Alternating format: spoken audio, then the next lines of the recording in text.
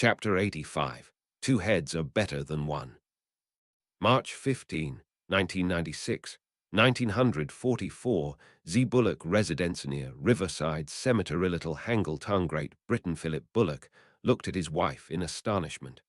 What the bloody hell was that? They had just sat down to dinner when a tremendous flash lit the night sky. It seemed to have come from somewhere out in the cemetery. A few seconds later, two sounds assaulted them at once. One of them sounded remarkably like a sonic boom. The second sounded like a tremendous explosion. The house shook like a wounded animal. Both windows blew in, and Jennifer swore as one of the shards of glass cut into her arm. The table danced around, sending silverware and plates flying.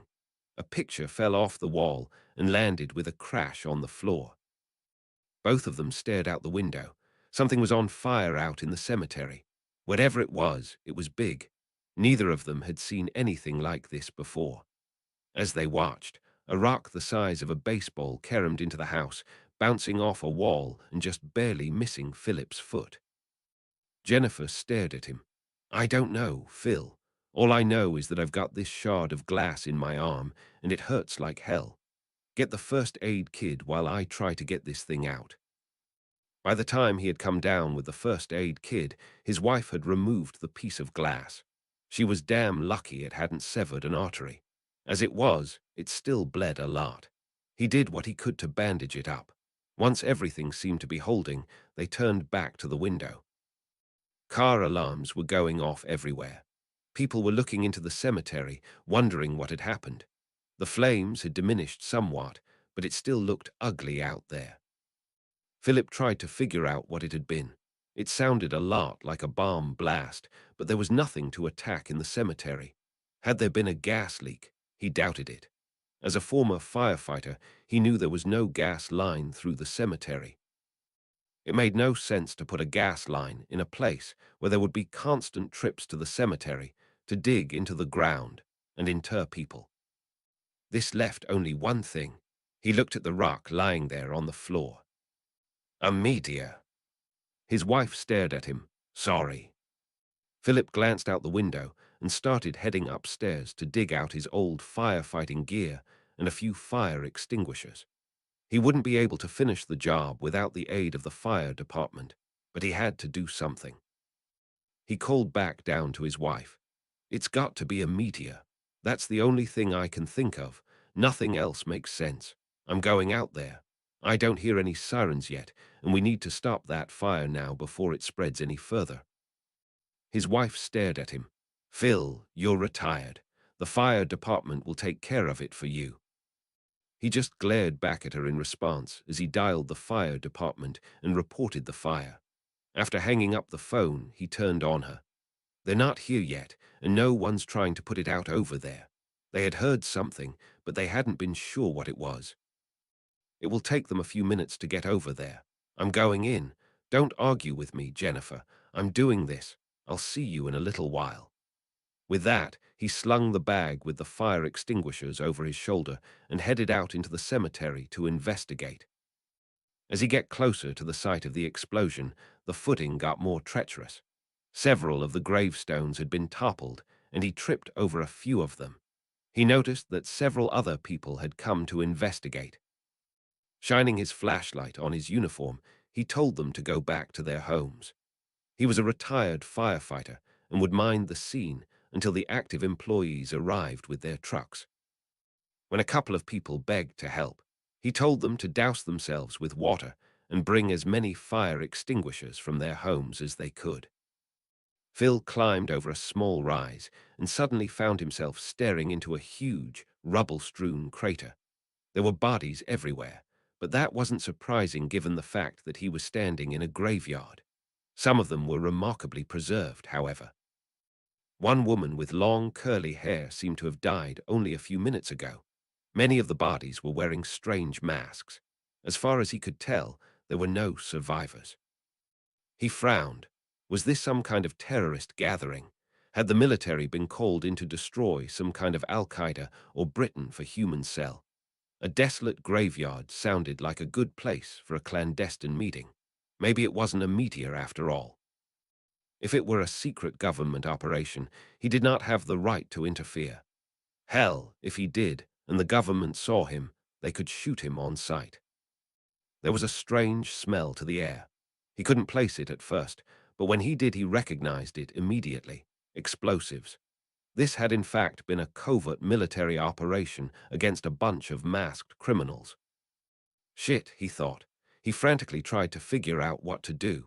The site of the explosion was deserted at the moment. Apparently the government had been satisfied with what they'd done and had gotten all the information they needed. However, that fire still needed to be put out. Judging from what was left of the fire, he thought he could put it out himself. It was better to have him do it than allow random civilians into the area. The civilians would report the operation and strange smell to the news, in all likelihood exposing a black op. That would have nasty consequences. He also didn't want the civilians messing around with what was obviously a crime scene. He brought out his camera and took photographs of the area as he found it. This would be important evidence for the government, as he would be forced to tamper with the environment in order to put out the fire. He screamed over his shoulder that he saw evidence that the area was still hazardous and that the people with the fire extinguishers should take them back home. He, as a former firefighter, would be the point man here and handle most of this. He had just about finished putting out the fire when he thought he saw something move out of the corner of his eye. He spun in place, fire extinguisher still spraying foam on the blaze as he scanned the area. There was definitely movement. It appeared to be in a pile of rubble. Brandishing his fire axe and turning off the extinguisher, he slowly headed over there to investigate. Perhaps a captured prisoner would be of use to the government. He turned on his flashlight and began looking through the pile. It was a child. At least he thought it was a child. He was maybe 3 feet tall and, strangely enough, stark naked. The child's face seemed to be deformed, almost snake-like. There were wrinkles up and down his cheeks, which looked out of place on such a small body. It was clear that the boy had been injured in the blast.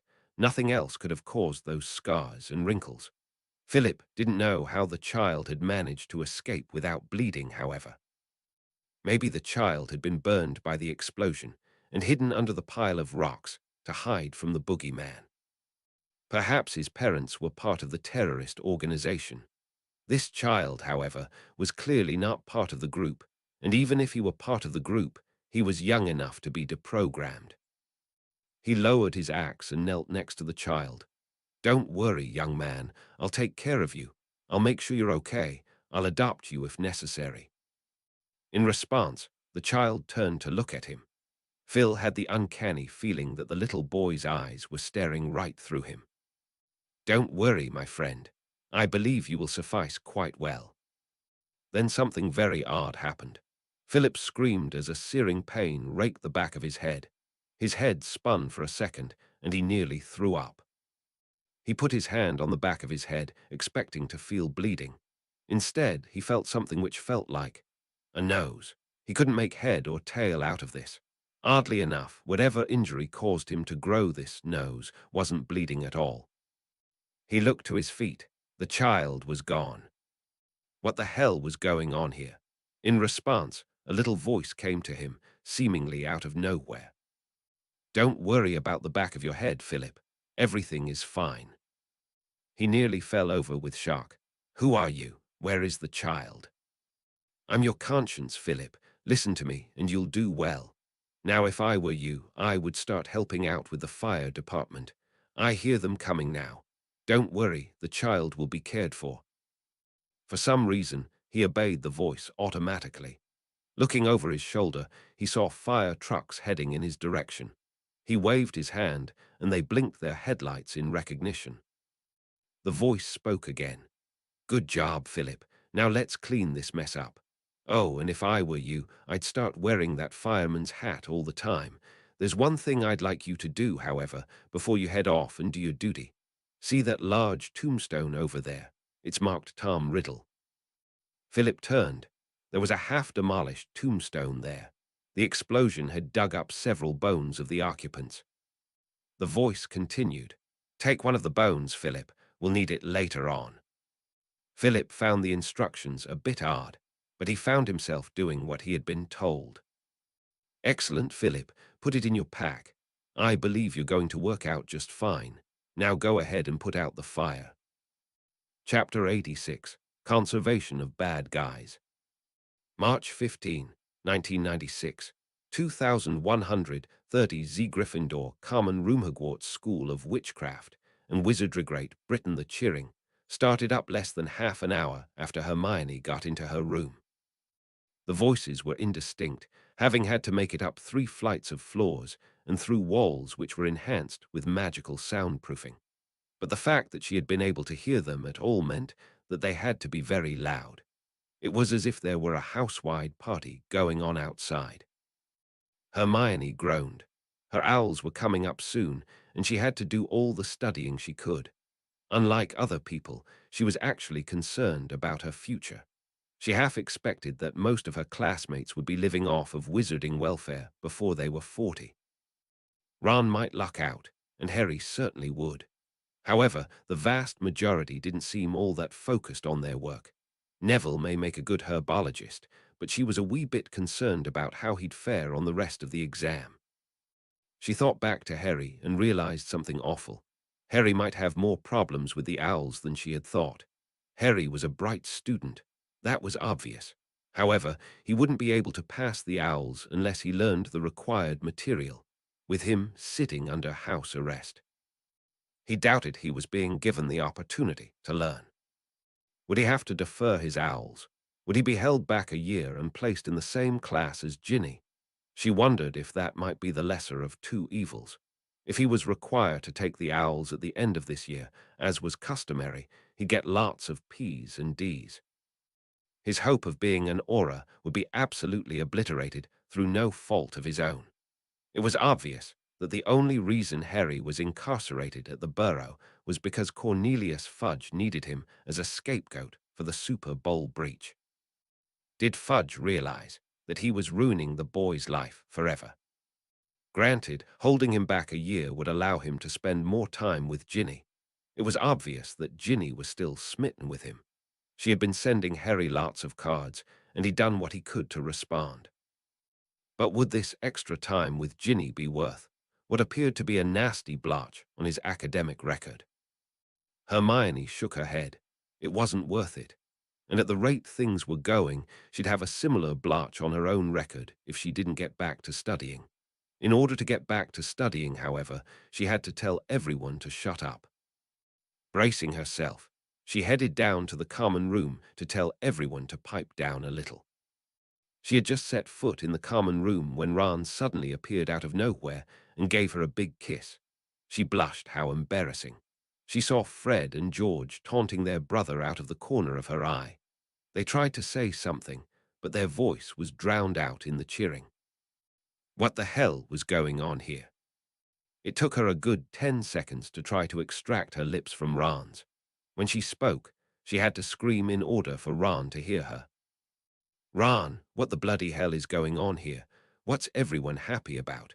I'm trying to get some studying done. In case you're wondering, we've got owls in less than 3 months. In response, Ron just shoved a piece of parchment at her. Skeptical, she looked at the headline. Her eyes went as wide as saucers as she read. It was a special edition of the Quibbler. As she read, Ron tried to explain that Lunar's father had created the special edition right after the news broke. Hermione wasn't paying attention to him at this point, however. She literally could not believe what she was reading. The Quibbler, Extra Editianx and Affilius Lovegood. Editor 15 March 1996. Voldemort assassinate, do you know? Who? Most Death Eaters killed by Muggle explosive weapon. Lucius Malfoy, Peter Pettigrew, Igor Karkaroff, and Rodolphus Lestrange, still at large. Wizards of Britain, rejoice. Your hour of redemption has come. In a turn of events virtually no one could have anticipated, a team of British Muggle special agents, assisted by former Death Eater Severus Snape and Auror John Dawlish, killed Lord Voldemort and most of his Death Eater allies with one crushing stroke, quite literally out of the blue. According to Professor Snape, Snape fulfilled the promise of his double agent role and betrayed the location of an important Death Eater meeting to Muggle authorities. The British SAS, a unit of elite Muggle soldiers, donned invisibility cloaks provided by Aura Dawlish and observed the gathering from a distance. Once Dawlish realized that Voldemort himself was attending the gathering, the Aura called upon the Muggles to perform an attack known as a targeted airstrike. In an airstrike, a secret agent, in this case Dawlish, or one of the SAS men, uses a Muggle device to indicate the target. Once the target has been chosen, a second Muggle takes off in a flying vehicle called an airplane and releases a powerful weapon known as a bomb.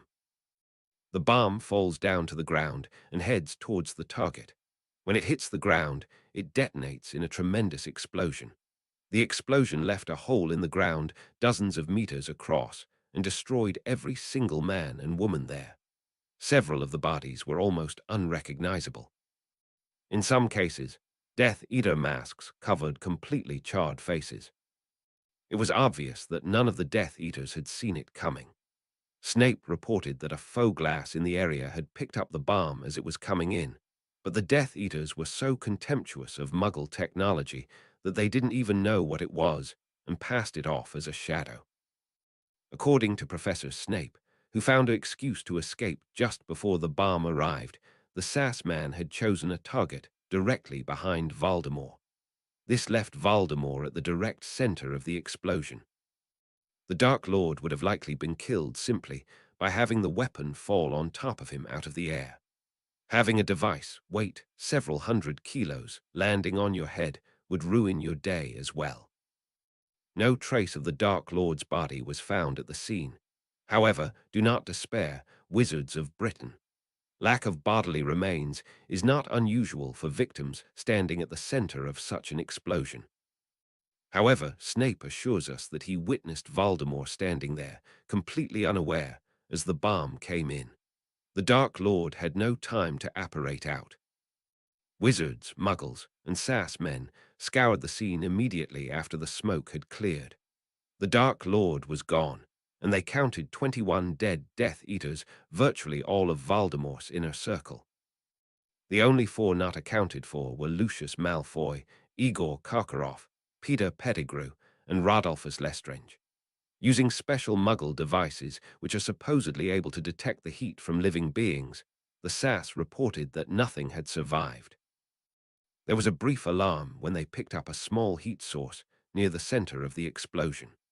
Further analysis indicated that it was likely burning grass, as it was far too small, only about 60–90 centimeters long, to be an adult's body. The SAS was able to rule out a child or dwarf Death Eater, as they had noticed that all of the people at the gathering had been fully grown. The Muggles were divided as to whether to explain the true nature of the attack to the Muggle community.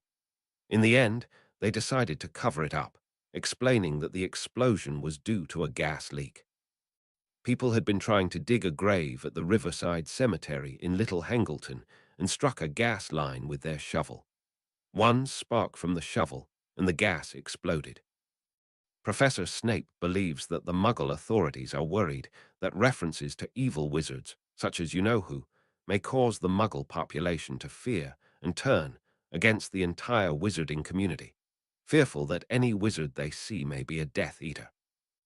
It would be a pity for the Muggles to learn about the wizarding world, only to have them start persecuting the wizards like they did in the Middle Ages. As a result, Her Majesty's government is passing the incident off as an accident. Those of you who remember Voldemort's attack on the Potters back in 1980, one may recall that Voldemort was believed killed in by his own Avada Kedavra curse. We now know, much to the sorrow of the Diggory family and countless others, that that was not the case. This brings up the inevitable question. Did this attack truly finish off the Dark Lord, or will he come back from the dead again? No one seems to know the answer to this question. Albus Dumbledore, current headmaster of Hogwarts, is unable to comment on this problem at this time. On the other hand, the wizards who witnessed the attack, Snape, Dawlish, and Ministry of Magic employee Arthur Weasley, are all convinced the Dark Lord is dead. Snape, however, warned our reporter that he thought the Dark Lord had been killed back in 1981 as well, and we now know that was not the case. I, Xenophilius Lovegood, personally believe that this is it for Voldemort. I suspect that Voldemort suspected that the Potters might fight him back in 1981, so he cast a spell to preserve himself just in case. Here, however, Voldemort was caught completely off guard, without any obvious threats to defend against. Furthermore, the fact that he was filled by a Muggle weapon throws another monkey wrench into any defense plans. Would Voldemort's magical defenses have been able to protect him from a Muggle device, particularly one which would create such a big explosion and kill everybody else? The fact that all the Death Eaters are dead is another good sign. Even if Voldemort did in fact survive, he has no supporters anymore. He won't be able to do much with over 80% of his inner circle cut to pieces. So rejoice, people of Britain. Voldemort is dead, and you can retire at night once again without worrying that a masked man will kill you in your sleep.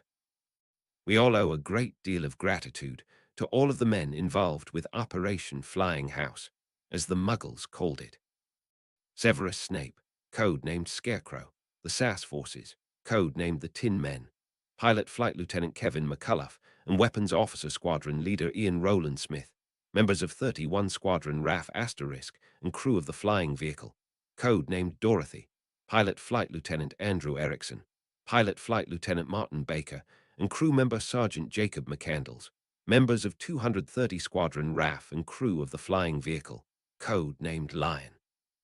More information will be reported as it comes in. Look to future issues of the Quibbler for more details. In the meantime, seize the day and celebrate. For as the Muggles say, ding dong, the wicked witch is dead.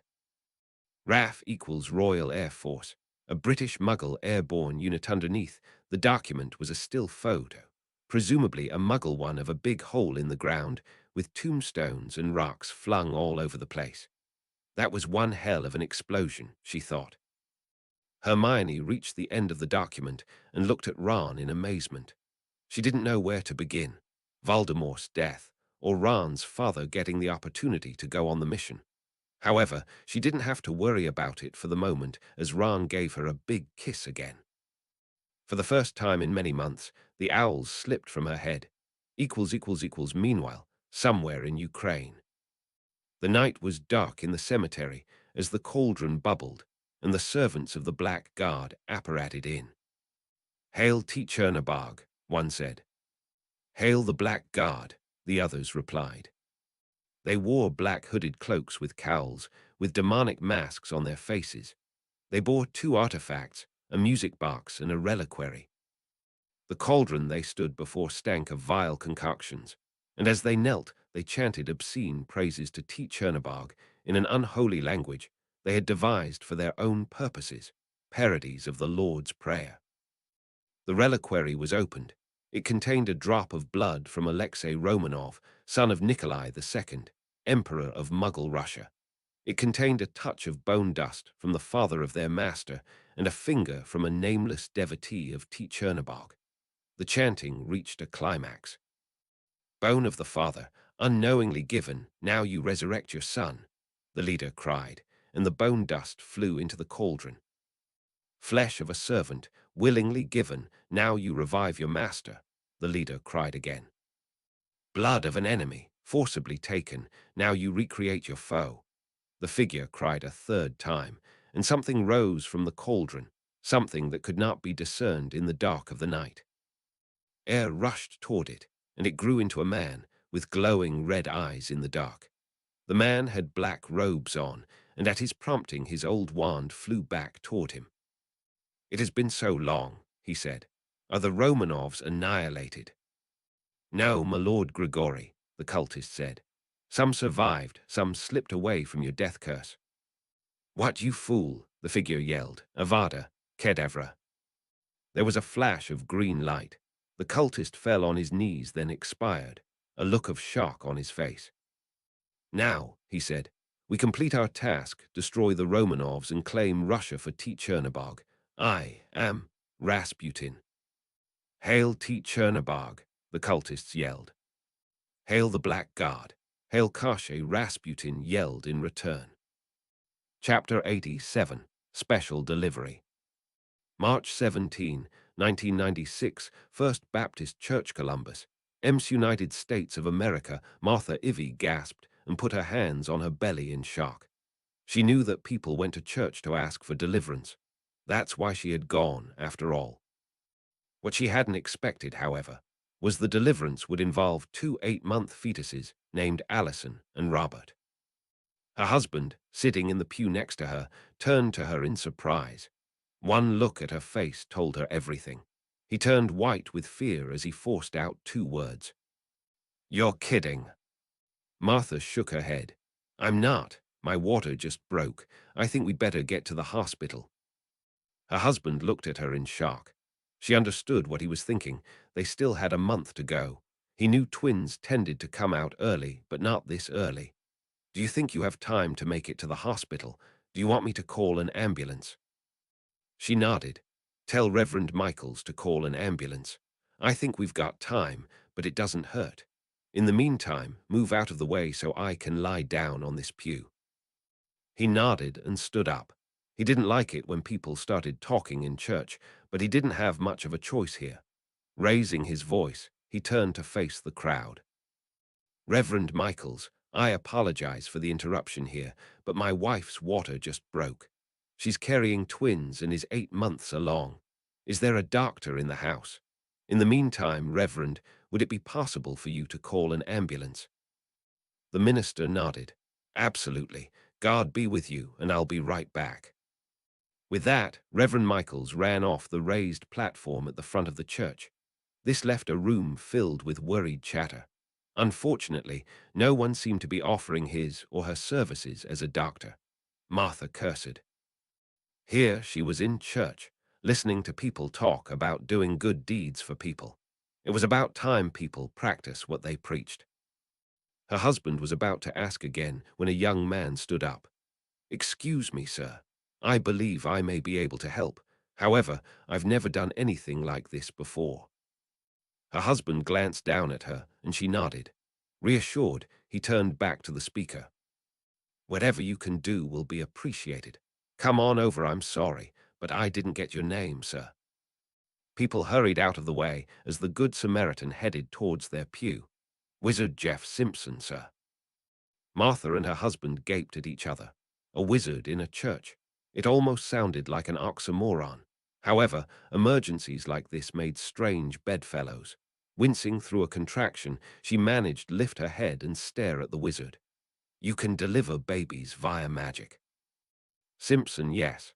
Wizards can deliver babies via magic. It's well known in the wizarding community. Spells exist to ease childbirth and make it so it's less painful. You'd be surprised what we can do. "Have you delivered babies before?" Simpson shook his head as he came over. "I personally haven't. However, I have a friend of mine who is a healer. He may know someone who will be able to assist you. Would you be willing to allow us to cast spells on you? I'm aware that many religious people are reluctant to have us ensorcel them. I come to church most Sundays, and I can tell that you're a regular. It would only be fair for me to ask." She nodded as the minister hurried back into the room. "Go ahead. Make sure that the healer is a woman, though.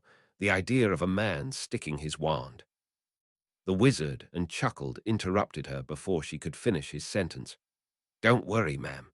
Most of the healers I know are female. There shouldn't be a problem finding someone who will suit you." Simpson then turned to the minister. "Reverend, is there a private room around here where we'll be able to handle this? I don't want to disrupt the services with rituals which could be considered offensive to some people, and I don't want to desecrate the sanctuary with any bodily fluids." The minister nodded. "Absolutely. I have a private office here in the back. It's got a couch for her to lie down on." "Do you have a bath for ceremonies like baptisms? A water birth may make it easier on her, but I'll understand if you don't want us using it." The minister shook his head. "We usually do the adult baptisms in the river. If it worked for John the Baptist and Christ, it will work for us. I'm afraid the couch will have to suffice." The wizard nodded. "That will be all right." Martha's husband cut in. "Do you think it will be safe to move her?" The wizard nodded and brought out his wand. People started talking excitedly. Some of them shied away from him while some stared at him in excitement and curiosity. "Don't worry, sir. I'll handle that right now. Wingardium Leviosa." He waved his wand. Martha squealed as the red cushions on top of the pew suddenly rose into the air, carrying her above the crowd. The murmur of the crowd rose by about 20 decibels, punctuated by clapping and talk of miracles. Even the minister's eyes widened. Wizard Simpson motioned for Martha's husband to follow him as he led the strange procession down the aisle towards the front of the church. The minister moved out of the way, discreetly turning his back as the laboring woman floated by. He then gave the wizard directions to the office. The wizard thanked him and continued into the bowels of the church. Meanwhile, the minister told everyone to get back to their seats and start praying. "You've already witnessed one miracle today. Can you imagine that you may very well see a second? We are very fortunate indeed. Praise Jesus. And remember this when people start accusing witches of being sinners." Martha's husband heard the crowd singing psalms for a moment as he entered the minister's office. Then the door closed, leaving the wizard and two muggles alone in a thankfully silent, private room. The wizard gently lowered Martha down onto the couch. The contractions were coming faster, and her husband wondered if the ambulance would get there in time. Simpson then stood up. "I think I've done all I can do here. Now, if you'll excuse me, I'll apparate out of here and see if I can find someone to do the actual delivery." Martha's husband nodded and shook his hand. "You've done a good deed, Wizard Simpson. May all of your people learn from you." The wizard nodded. "May they indeed, sir. Now, if you'll excuse me, I'll be back with the healer." With that, the wizard disappeared. One of the lights went out, but no one noticed. 10 minutes went by and the contractions got stronger. There was no sign of the ambulance. Worried, the husband called the hospital. They said the ambulance was en route and it would be there momentarily. Then Martha screamed, "David, give me a hand here, it hurts." David looked at her. What the hell was he supposed to do? He couldn't do anything. All he could do was hold her hand and try to cover her with one of the minister's spare robes. He didn't know what else to try. The labor continued for 5 more minutes. Martha began to howl and inevitably started cursing him for putting her in this predicament to begin with.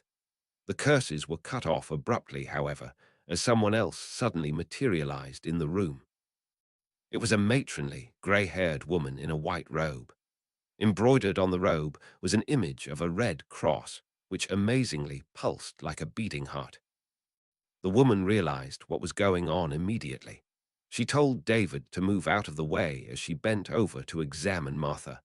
Nodding, she turned to face both parents. "Mr. and Mrs. Ivy, I'm Witch Helen Oglethorpe. I've been delivering babies for several years now, and I'll be able to handle this. Let me explain to what I'm going to do." Most of the problems with human delivery involve the fact that the baby, particularly the head, is too large to easily make it through the birth canal. Martha gritted her teeth and glared at her, like I didn't know that. The witch nodded. "Therefore, the obvious solution is to shrink the baby so it will be able to come through more easily.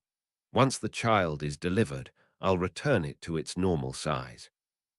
In order to do this, however, I'll have to stick my wand in there and touch the tip of the wand to the baby's head. With your permission."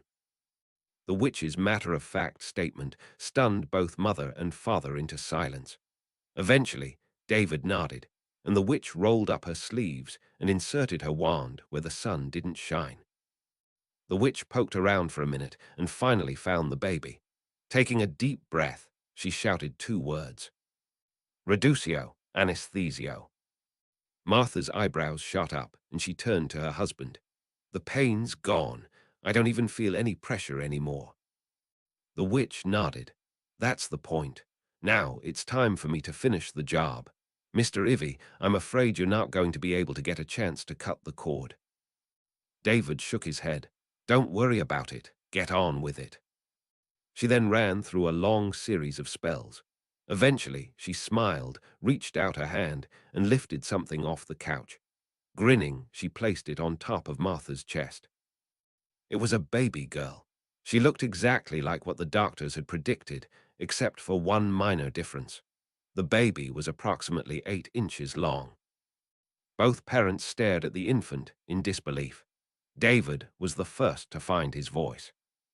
That's impossible. The witch chuckled. I figured you'd say that. Magic can do things you muggles can barely conceive of. Now, Mrs. Ivy, if you would be so good to push some more, I'll bring out the other one. 15 minutes later, the second baby was out. The little boy had barely been laying on the mother's chest, next to his sister, when the paramedics rushed into the room along with the minister.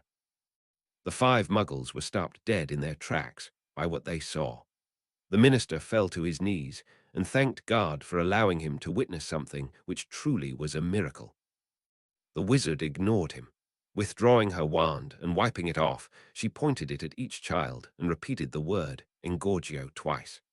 She then moved out of the way, revealing 2 full-size, albeit 1 month premature, babies on their mother's chest. David Ivy could barely stammer. Witch Oglethorpe, how can I repay you for this? I can't believe it. The witch tucked her wand back into her robe. There's nothing you need to do, Mr. Ivy. You don't need to repay Wizard Simpson either, as he is also truly a good Samaritan. Will they make it? They still look awfully small. The witch nodded. I think so. Listen, they're already starting to cry.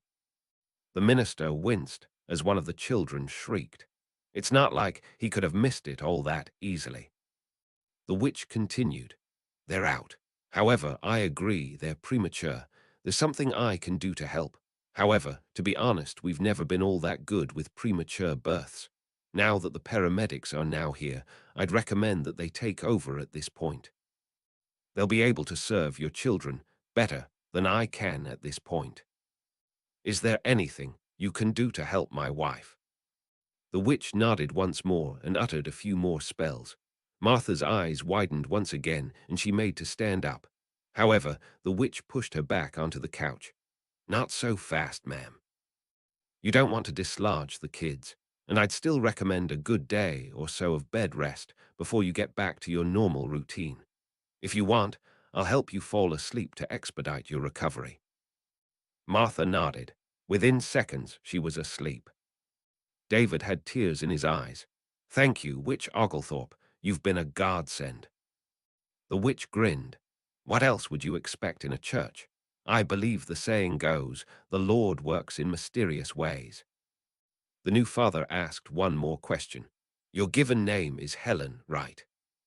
The witch nodded. Yes, why do you ask? In response, the father gingerly pointed to the newborn girl as the doctors lifted the boy into a portable neonatal unit. Meet Allison Helen Ivy. Chapter 88. Fudge Clings to Power. March 18, 1996, Office of the Ministry of Magic Great Britain Cornelius Fudge stared down at the copy of the Quibbler in horror. The headline said it all. Voldemort assassinated. It wasn't that Fudge was angry that Voldemort was dead. Far from it. The evil wizard formerly known as Tom Marvolo Riddle had been a menace to society for many years. He was believed to have been killed back in 1981 when his Avada Kedavra curse backfired during an attack on Harry Potter. All of the evidence had pointed to the man being gone for good. The Death Eaters had gone underground for the most part, and the attacks on Muggles and Muggleborn had ceased. Then came the news that Harry Potter had encountered the Dark Lord about 9 months ago during the climax of the Triwizard Tournament. Fudge hadn't believed it himself at first. For all he knew, Harry had killed Cedric in a squabble for the Triwizard Cup. However, everything changed when Bartemius Crouch Jr. had been interrogated by the Auras after he had been caught impersonating Alastair Moody. The young man had sung like a canary. He explained that a ritual existed which was expected to be able to revive the fallen Voldemort. One of the ingredients had been the blood of one of his former foes. Crouch Jr.'s task had been to ensure that Harry won the tournament and was portkeyed over to Riddle's father's grave for the ritual. Once Harry had reached the graveyard, one of the Death Eaters would perform the ritual and bring Voldemort back. When pressured to explain how Voldemort had managed to survive his apparent death in the Potter's house, Crouch Jr. had shrugged and admitted that he couldn't explain it. A quick application of Veritaserum revealed that the Death Eater had been telling the truth, both in his belief that Voldemort would be revived, and in his claim that he didn't know how Voldemort had managed to survive in this world after 1981. Crouch Jr.'s testimony by itself would likely not have been enough to convince Fudge. Harry's testimony would not have either. However, they corroborated each other perfectly. Fudge had to admit that Voldemort was back. He had gone into denial instead. He had immediately set to work trying to pretend that the Dark Lord was still dead. He knew that wizards all over Britain would panic at the return of Voldemort. A nation of frightened wizards would throw society into chaos, making his job more difficult. Furthermore, the fact that Voldemort had returned under Fudge's watch would make it much more difficult for him to keep his job. As a result, Fudge had issued a statement that denied the rumors that Voldemort had returned. He chalked up Cedric's death and the various other strange events over the past few years to rogue Death Eaters and other more plausible causes. Things had been pretty stable since then. The only people who still believed that Voldemort had survived were Dumbledore and his friends, and Fudge did what he could to prevent them from getting the word out. It looked like he'd done everything he could to stabilize his government and keep himself in the minister's office. The good times had lasted until January, when the so-called Chosen One had the audacity to fly in front of a Muggle recording device, and the footage was shown all over the world. Within a matter of weeks, the entire world knew about the wizards.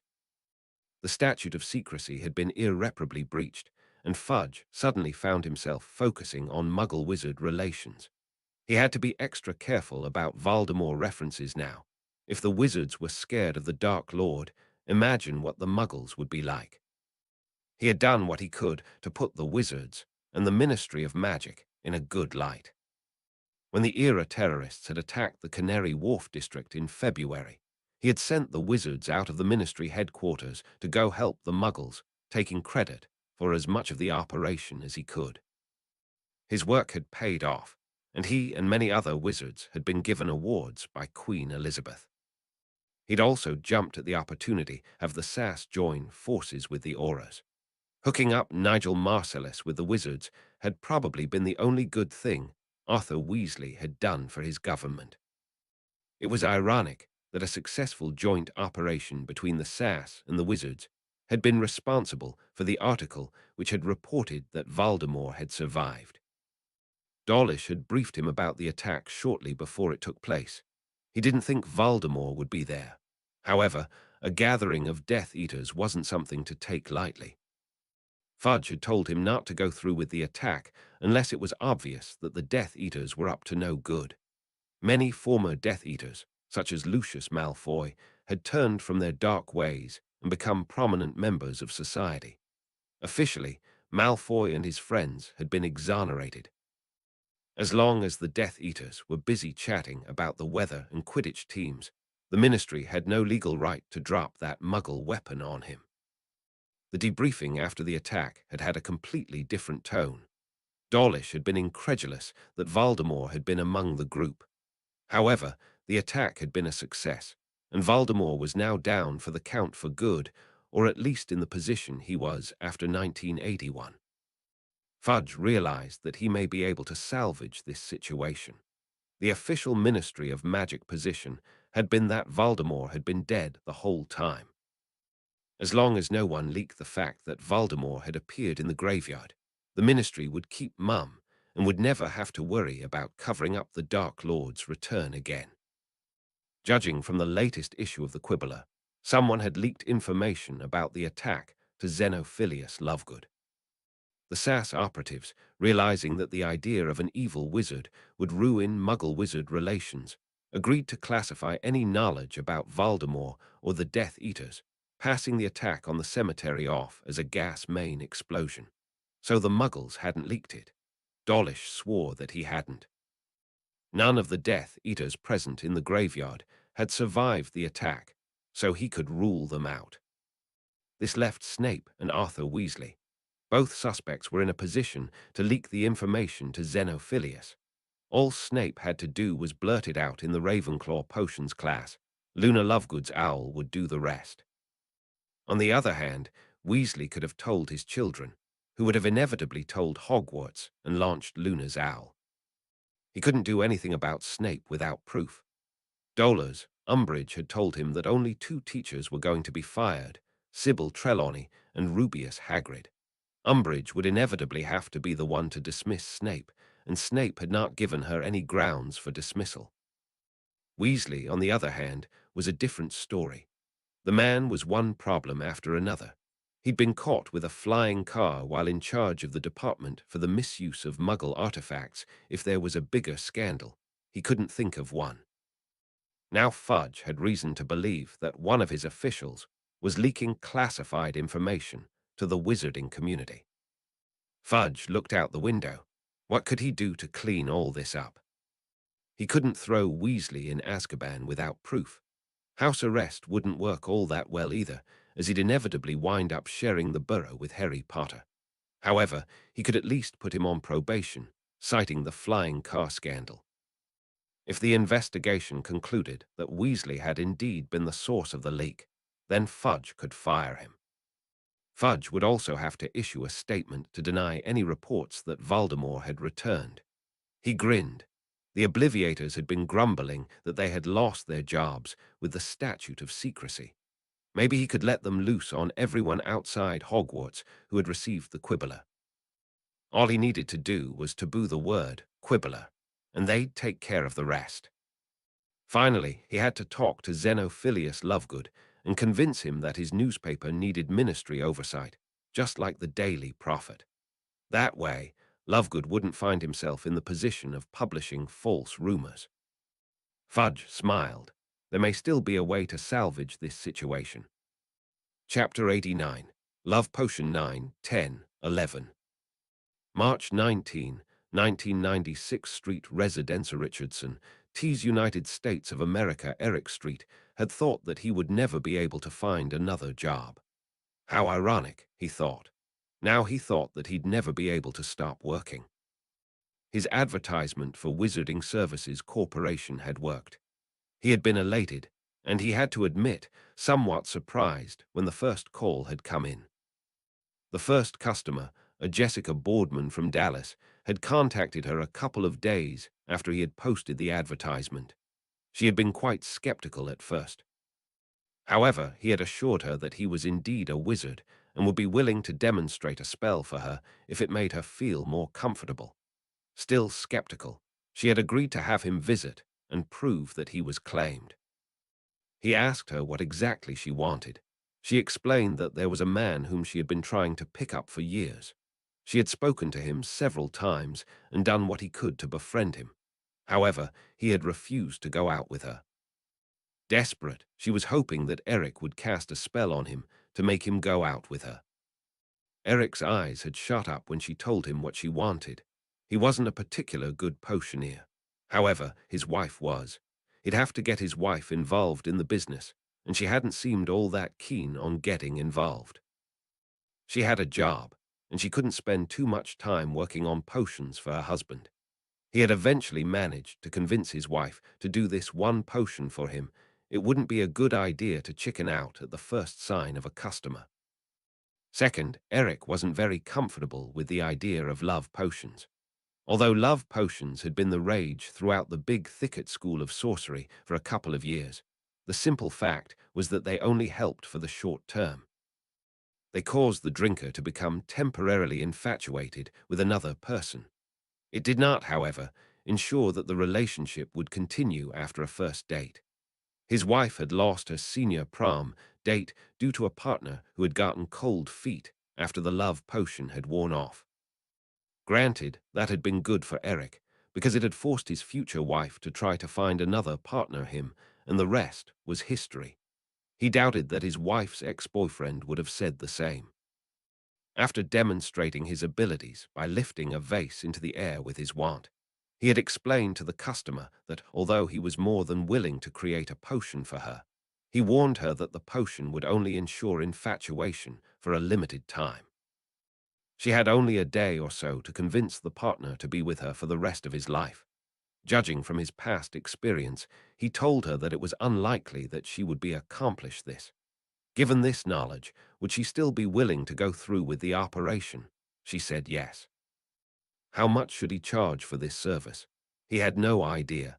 If he charged too much, he'd get a bad reputation. If he charged too little, not only would he not make much money, but he would be encouraging the client to choose a short-term solution over a more beneficial long-term solution simply because it was cheap. Eventually, he settled on $250. She accepted. He was committed, so he went back home and helped his wife make the potion. Once the potion was finished, he delivered it to the customer and told her he'd call her in a week to see how well it happened. As it turned out, he didn't have to. She called him a couple of days later, explaining that the love potion had worked and that he'd completely fallen head over heels over her. He had agreed to a second date in a week. She admitted that she had no idea if the relationship would survive to a second date. However, she was absolutely convinced that the love potion had worked and that the Eric was in fact able to perform magic. Eric thanked her for her time and reminded her that it was up to her now to cement the relationship. He had helped open the door. It was up to her to step through it. He had concluded with a simple request: tell other people what he had done for her as an advertising service. She had agreed and hung up. He woke up the next morning to find 6 messages on their answering machine. One was from one of his wife's friends.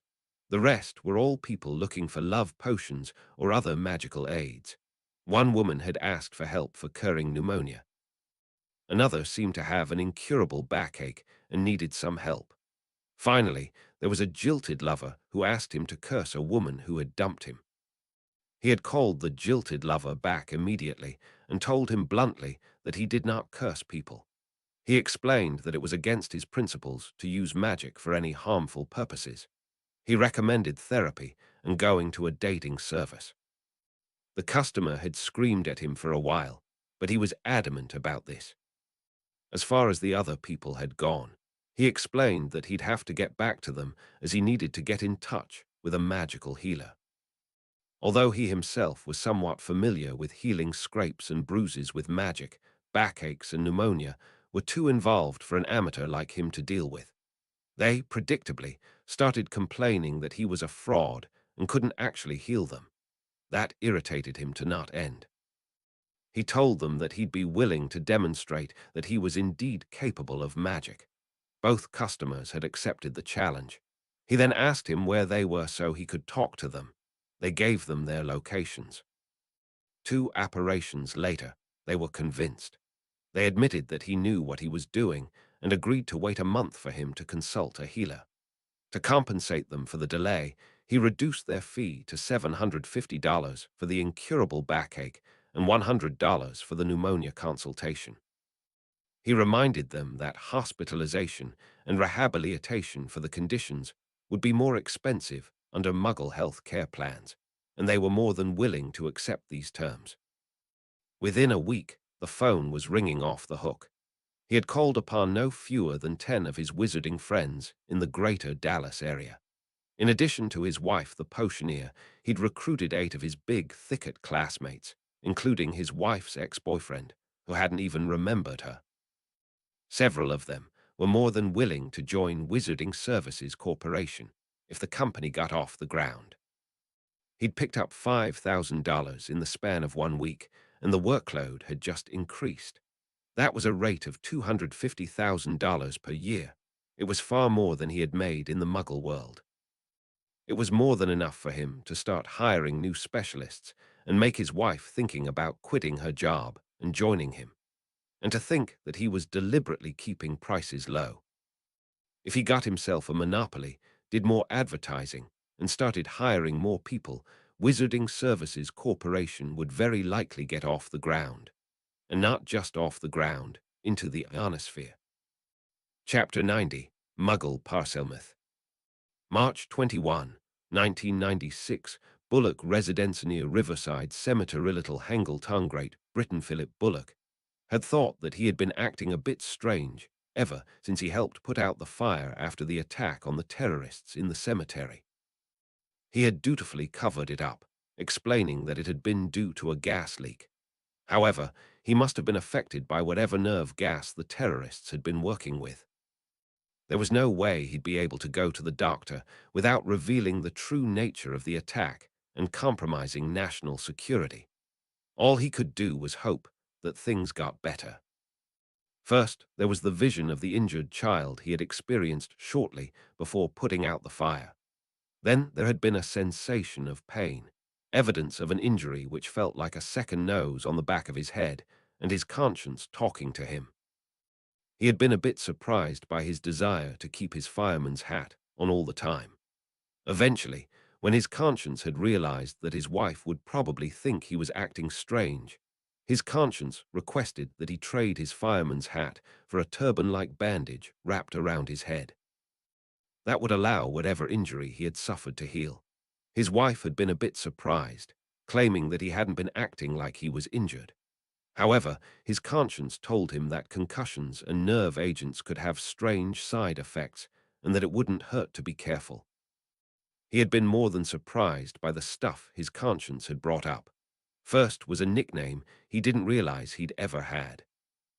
Once he had put on his bandage for the first time and looked in the mirror, his conscience told him that he looked the spitting image of something which sounded like a squirmy squirrel, squirrel. Since the bandage didn't make him look all that much like a squirrel, he concluded that the squirrel referred to an old memory which his conscience had dragged up. However, the nickname stuck, and soon his wife was calling him Squirrel. Philip also found that he seemed to have a deep-seated hatred for wizards with one or more Muggle parents. This didn't make all that much sense to him either. He knew, like most Britons at this point, that wizards lived among them. As far as he knew, the wizards were a great boon to the society. They had gone out of their way to rescue Muggle civilians after the Canary Wharf bombing. He had seen no evidence that wizards with Muggle parents tended to be evil. His conscience had patiently explained the paradox.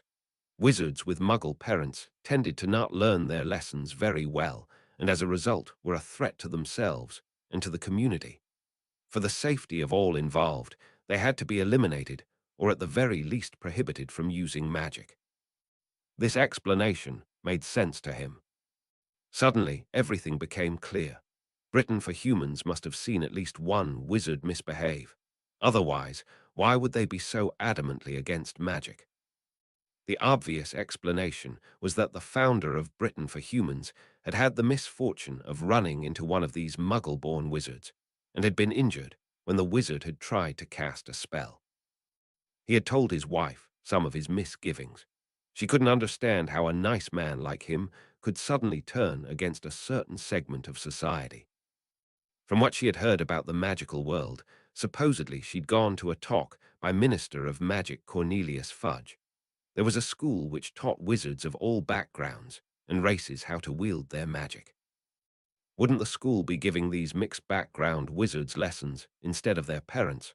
Something here didn't make sense. Philip's conscience, however, seemed to be convinced this was right. Something deep down inside just resonated with it.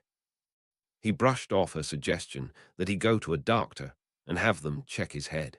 He said he'd go to a doctor only if things got really bad. He couldn't explain what had happened due to state security. His conscience wouldn't let him, but he told her that it hadn't been a gas leak, and he was under orders not to reveal any information about what had happened. A visit to a doctor would prompt questions which could jeopardize national security. Jennifer had then recommended that he go to a wizarding doctor. She suspected that he had been ensorcelled by some spell. How else would he have explained seeing things, and needed professional help from a wizard? She suggested that he contact Cornelius Fudge or some other man in the Ministry of Magic and tell them to check him out, or at least point him to a wizarding healer. She mentioned that there were wizards called auras who were good at chasing down bad wizards. His conscience hadn't liked that at all for some reason. For some reason, he refused to go anywhere near the Ministry of Magic. He rationalized it by thinking that some members of the ministry's staff may have been improperly trained wizards. His wife hadn't bought that at all, however, and had a quite reasonable argument. The ministry wouldn't want to hire improperly trained wizards for government positions. His conscience had brought up another repressed memory at this point. Supposedly, deep down inside the Ministry of Magic, there was a little bowl with his name on it. He wanted to get his hands on it.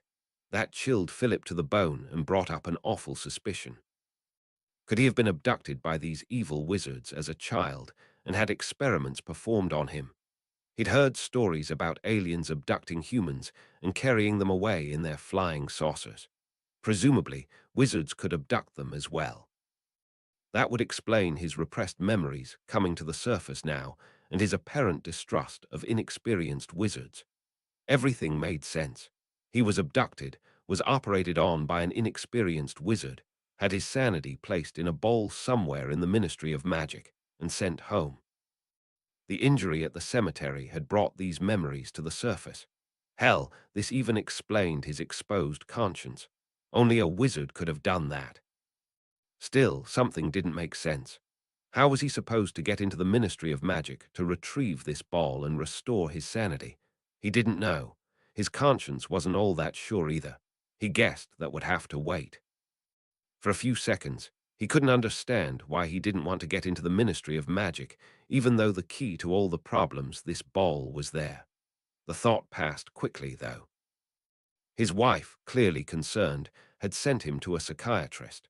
The shrink had reluctantly conceded that he could not rule out Philip having been abducted by wizards. Granted, the shrink had told him that he knew of no wizarding abductions.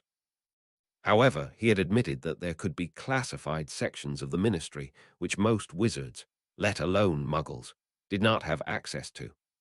Philip soon resigned himself to trying to accept what had happened and do what he could to live with this new information. Oddly enough, his conscience had told him to go after the bad wizards. Phil had to manually override those thoughts with more appropriate ones which involved the rehabilitation of the untrained wizards. He didn't want people to die. He had a long discussion with his wife and eventually managed to convince her that he'd be all right. She was a bit skeptical, but let him go about daily routine. He found, much to his pleasant surprise, that his conscience was actually quite wise and helpful. Perhaps some wizard had given him magical powers during the experimentation. This wisdom and knowledge almost made up for his strange new view of the world. At the moment, he was outside watering his plants with a hose. He hadn't heard anything from his conscience for a while and couldn't tell if it was bad or good. However, he didn't need his conscience for this, as he mindlessly moved the hose from plant to plant. Suddenly, the water flow coming from the hose abated to a trickle. Damn, he thought. It must be caught on something. He glared at the hose in frustration. In response, the hose just sat there menacingly, as if it were a large green snake. Still staring at the hose, he yelled, "Jennifer, can you give me a hand here?" At least that's what he thought he said. What came out of his mouth had actually been some kind of weird hissing sound. He dropped the hose in shock. What the hell? He spun and let out another shriek as he saw a decent-sized snake staring him in the face. This time, it was a live snake, not the hose. He didn't know of any venomous snakes in England. However, that didn't mean they didn't exist. He slowly started to back away, and then he had his next shock. The snake spoke to him. "I heard your request, sir. What's the problem? How can I help? My name is Natchesh.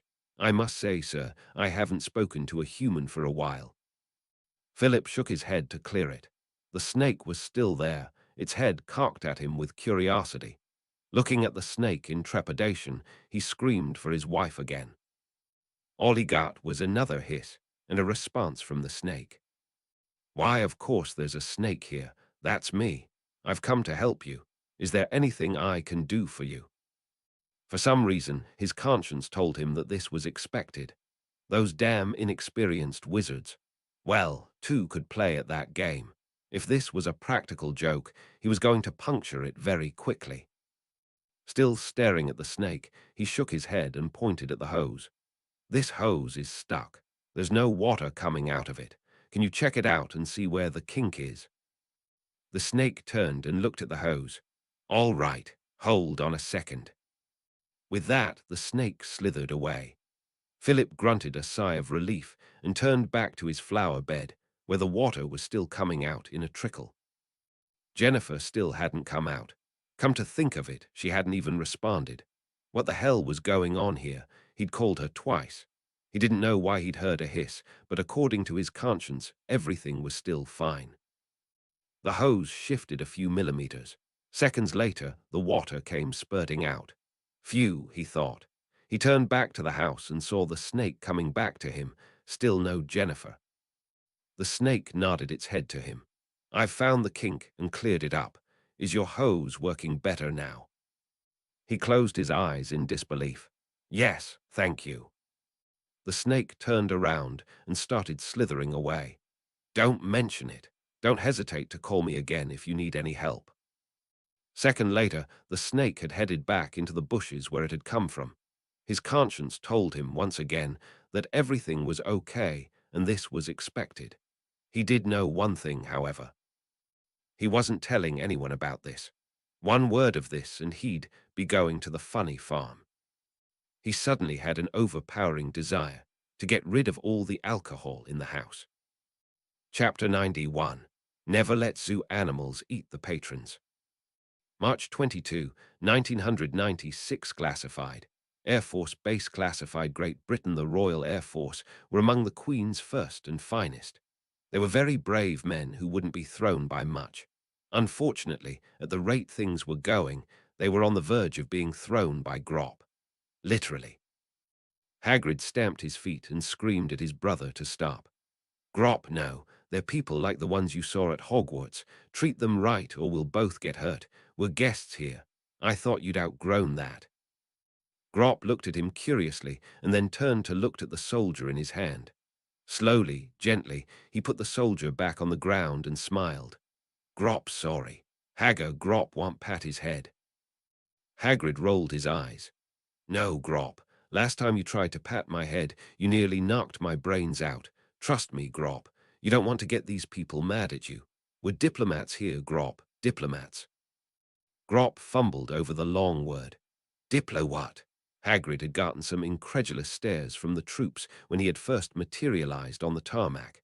One of them had dropped his backpack and reached for his gun. Hagrid had had to wave his hands frantically in order to wave him off. "Don't fire. I'm not your enemy." The soldier hadn't seemed convinced. "First I see Bigfoot, then I hear him talking to me in plain English. Why do I not believe this?" Hagrid had looked at his feet. They weren't unusually big for his size. He'd shrugged and held his hands out in resignation. "I'm sorry, sir, but my name isn't Bigfoot. My name is Rubeus Hagrid. You've been expecting me." The soldier's eyebrows had risen nearly to his hairline. Slowly, he'd lowered his weapon. "You're Professor Hagrid." Hagrid had nodded. "Yes, I've been told that the American representative will meet me here to transport me and my brother to the United States. Is he here yet?" The man hadn't answered immediately. Instead, looked Hagrid up and down. "Crikey, I heard you were tall, but this is ridiculous. Just how tall are you, Professor?" Hagrid had shrugged. "Last time I checked, 337 centimeters, 11 feet, 1 inch. I'm a half-giant. My brother is a full-blooded giant. I'll be bringing him along momentarily." "Christ, you mean he's even taller than you? At the rate things are going, I'm going to need to dig out my old slingshot. How tall is he?" 5 meters, give or take a couple of centimeters." Another of the airmen had nearly choked on that. Jesus, Ever heard of the square cube law, Professor? Hagrid had frowned. Number should I have, sir? The first soldier had chuckled. I didn't think so. Never mind, Professor. I sure as hell hope the Americans brought over a cargo plane or something like that. Otherwise, I have no idea how you two chaps are going to fit through the door. How many seats are you going to take up? 5. I guess we don't need to worry about choosing aisle or window. Hagrid hadn't entirely gotten the last comment. However, it had been obvious what they were getting at. Don't worry, Sir President Clinton is aware of our heights. He was a bit surprised at first, but he promised us he would send an appropriate vehicle. Now, if you would excuse me, I'll have to retrieve my brother. I should warn you, he's a bit sensitive about his height. He was abandoned by our mother because he was the runt of the litter. Most giants are taller than he is. The soldiers rolled their eyes at that. One of them grunted. Ground control, this is Foxtrot 35. We've collided with someone's head at 31,000 feet. Bringing Grop had nearly been a disaster. However, thanks to the wonders of automatic pilot, the American military cargo carrier managed to make it down the runway in one piece, while the co-pilot was gawking at the two huge humanoids standing near the end of the runway. Hagrid was fascinated by the obscure contraption the Muggles used to fly. Absently turning down Grop's request to play with it, he walked over to get a closer look. The machine was quite large, about 5 times the size of Grop. It seemed to be made entirely of metal. It had large wheels which allowed it to roll on the ground. It looked like a long sausage with a tapered nose, a tail on the back, and 2 motionless wings with odd cylinders hanging under them. There were small holes in the side, which looked like windows. It seemed a hell of a lot more complicated than a broom. The only door he could see was maybe 75–100 centimeters wide. Hagrid suddenly understood why they had been concerned about getting him and his brother into the vehicle. Fortunately, he found that he wouldn't have to use the door. The back of the vehicle opened up, and something which appeared to be a ramp extended itself from the vehicle. A man walked down the ramp and headed in their direction. Hagrid recognized the man. It was Dr. Roach, the man who had interviewed him at Hogwarts earlier in the year. Dr. Roach walked up to him and shook his head. "It's good to see you again, Professor Hagrid. I'm happy you've changed your mind and accepted our offer." Hagrid nodded. "My pleasure, sir. Allow me to introduce my brother, Grop. He's a full-blooded giant." Roach looked at Grop and did a double-take when he realized that Grop was even taller than Hagrid was. "Good grief! How tall do you guys get?" Hagrid smiled. "I'd say 22, 23 feet, 7 meters. Grop here is actually short for a giant. Our mother didn't want him because he was too short." Roach winced. Turning to Grop, he nodded slowly. "I'm sorry to hear that, Grop." Grop nodded. "Hagger family now." Roach frowned. "Hagger." Hagrid laughed. "That's what he calls me. He's never been able to get my name right. No offense, Grop, but half-giants are generally more intelligent than full-blooded ones." Roach looked at Grop thoughtfully. "I must say, Hagrid glared at him. "No, you don't, Dr. Roach. You're not putting him in the zoo. He's my brother and he lives with me." Roach shrugged. "As you wish. However, I must warn you that there aren't many Muggle houses fit for people of your height. If I were you, I'd recommend renting out a 2-car garage somewhere." Hagrid nodded. "We'll cross that bridge when we come to it, Dr. Roach." "Sounds like a plan, Professor. Are you thinking of bringing any other creatures to help start off our zoo?" Hagrid didn't say anything. He just stared at Roach until Roach realized his faux pas. "Creatures other than Deirdre, I mean." Hagrid relaxed and smiled. "Yup. I'll have to run a few of them by you, but we've got lots of stuff in the forest near Hogwarts. We've got giant spiders, a few blast-ended scroots, a hippogriff, a dragon left over from the Triwizard tournament. We've got a few centaurs, but they're off-limits as they're sentient beings like me, you, and Grop." Roach stared at them. "You're kidding. Are these animals tame?" Hagrid shook his head. "Not really. However, they'll listen to me, which should be good enough. I think I can get a tame dragon for you. His name is Norbert, and he imprinted on me when he hatched. That was about 4 years ago, though. Hopefully he'll remember me." Roach winced, and one of the soldiers muttered something about a place called Jurassic Park. "Ah, Professor, although I'm convinced those animals are fine creatures, may I recommend creatures which are easier to control and will not eat the patrons?" Hagrid sighed. He figured it would come to this. Well, it had been worth a try. "That would be doable, Dr. Roach. I'll start with some Class X and Roman 20 creatures. If they fit well at the zoo, we'll start bringing over the bigger animals. Rest assured, Doctor, I'll have creatures for you." Roach smiled. "Sounds reasonable. Are they native to the United States?" Hagrid thought for a moment. "I'm not sure. I wouldn't be surprised if they are, though. Why do you ask?" "It's because we don't want them getting free and wrecking the food chain here. We've got enough problems with invasive species as is." Hagrid nodded. "This makes sense. You give me a list of species, and I'll tell you what I'll be able to provide." "Have they had rabies shots?" Hagrid stared at him and chuckled. "These magical creatures don't need rabies shots." Roach smiled. "Really? That's intriguing. At any rate, here's the plan. I'll bring you and Grop over and introduce you to the staff.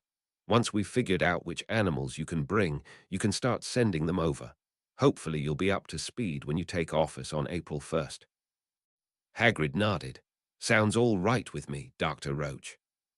Roach nodded. "Then let's get onto the plane and head off. Have you ever seen a plane before?" "No, Dr. Roach. I must say, it's an intriguing contraption. Is there anything I can do to help speed the journey?" "It is indeed an intriguing contraption. However, may I recommend that you not cast magical spells while in the vehicle? They may make the airplane stop working. If that happens, we're going to make a pretty big splash when we fall into the Atlantic." Hagrid grinned. "Don't worry about it, Doctor. Judging from the splashes Grop and I will make, no one will notice yours." Even Roach laughed at that. "I can't agree with you more, Professor Hagrid. Now shall we?" Chapter 92. Samuel Meets the Pope. March 23, 1996. Papal Private Chambers, Vatican. Pope John Paul Roman II looked over tomorrow's sermon. He thought it was a good one. Once again, he was advocating that wizards all over the world use their gifts for the betterment of mankind. Now that he was free to use his magic in public, he had tried to set a precedent for them to follow. First, he had taken advantage of the copious amount of space available in St. Peter's Basilica and conjured into existence a reflecting pool and several fountains conducive to meditation and introspection.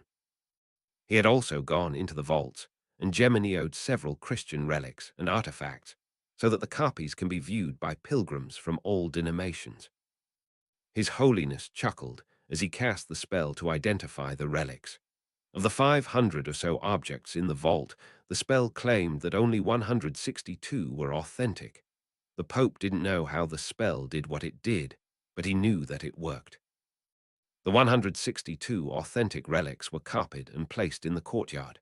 The 338 which were forgeries were placed in storage, away from the public eye. The Pope realized that although he knew they were forgeries, the ordinary people didn't and likely believed in them. Debunking something which was the focus of their faith would just disappoint and offend them.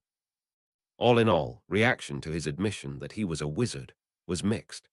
Many Catholics were happy that the man chosen to serve as the intermediary between them and God did indeed have traits which appeared supernatural.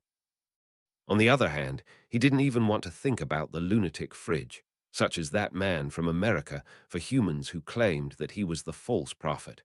The Pope rolled his eyes just thinking about it. How could he be the false prophet? He spent his life working for the greater good. Beside, his name wasn't Peter. Wasn't the last pope, the evil one, supposed to be named Petrus Romanus? Disturbingly, there were rumors that a segment of the Catholic population were thinking of divorcing themselves from Rome and their devil-empowered leader. He had explained that not all popes had been wizards. On the average, maybe 10% had been practicing wizards. Furthermore, the church had prospered under many of the wizarding popes, and they had done so to this point under John Paul II's reign. The point was that the disgruntled sheep had no reason to be afraid of either wizards or popes.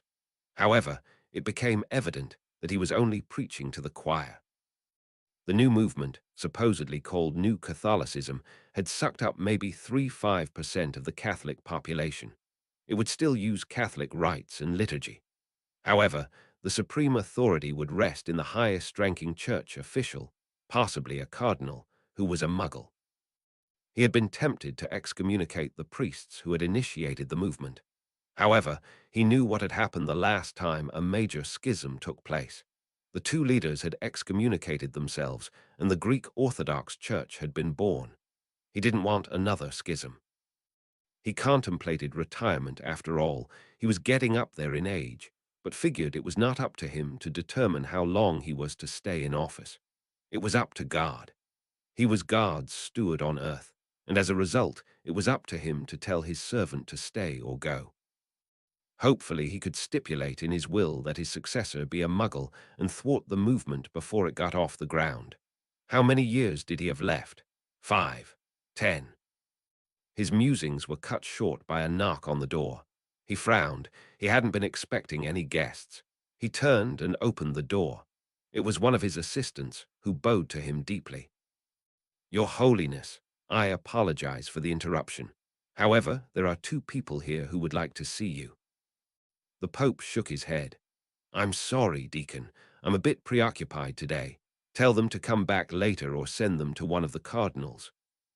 The assistant shook his head. "I'm not sure that's a good idea. You see, these people are rather important." The Pope's eyebrows shot up. Important people. What was going on? Aloud. "Really? Who are they?" The assistant response was short and to the point. "The prophet Samuel and his interpreter, Your Holiness." His Holiness's jaw dropped. "Samuel, here."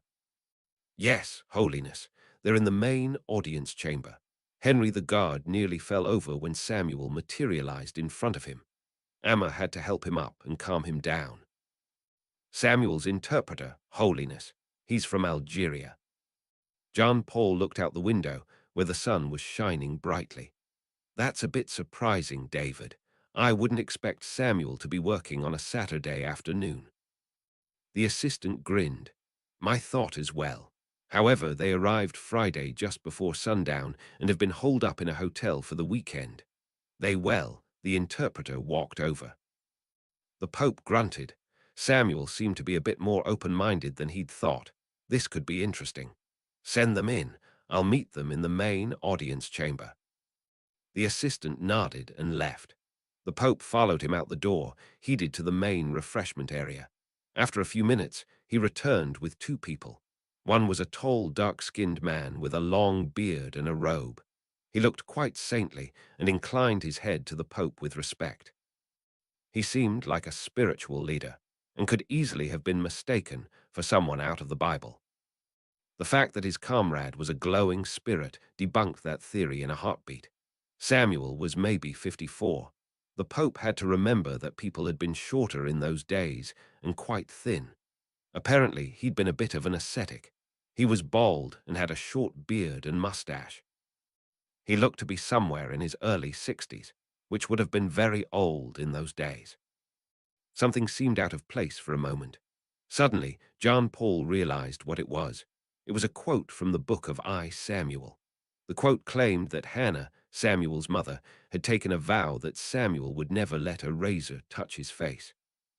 Judging from what he saw of Samuel, the man had clearly shaved. Very interesting, he thought. Either the Bible was wrong or Samuel wasn't who he said he was. He hoped for the later but suspected the former. The man was clearly a ghost, and he looked Semitic.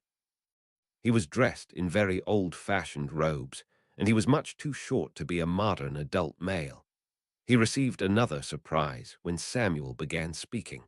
The Pope understood a little about linguistics and understood how languages could change over time.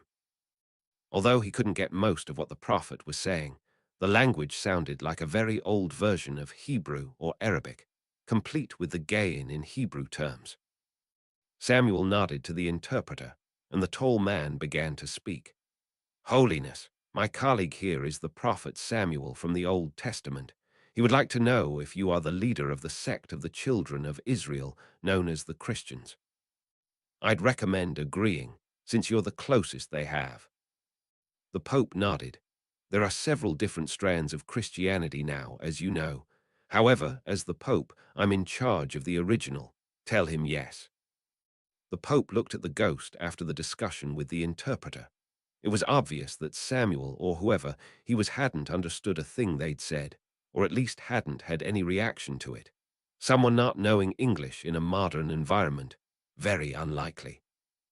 This increased the odds that the man was in fact Samuel. The interpreter turned to the ghost and spoke a little more. Samuel nodded, turned to the Pope, and started talking again. Sir, I've come on an important mission, important enough to feel like it's worth bending the rules on coming on the Sabbath. I've discovered that there are 3 subgroups of people among the children of Israel, and that they've been fighting among each other a lot.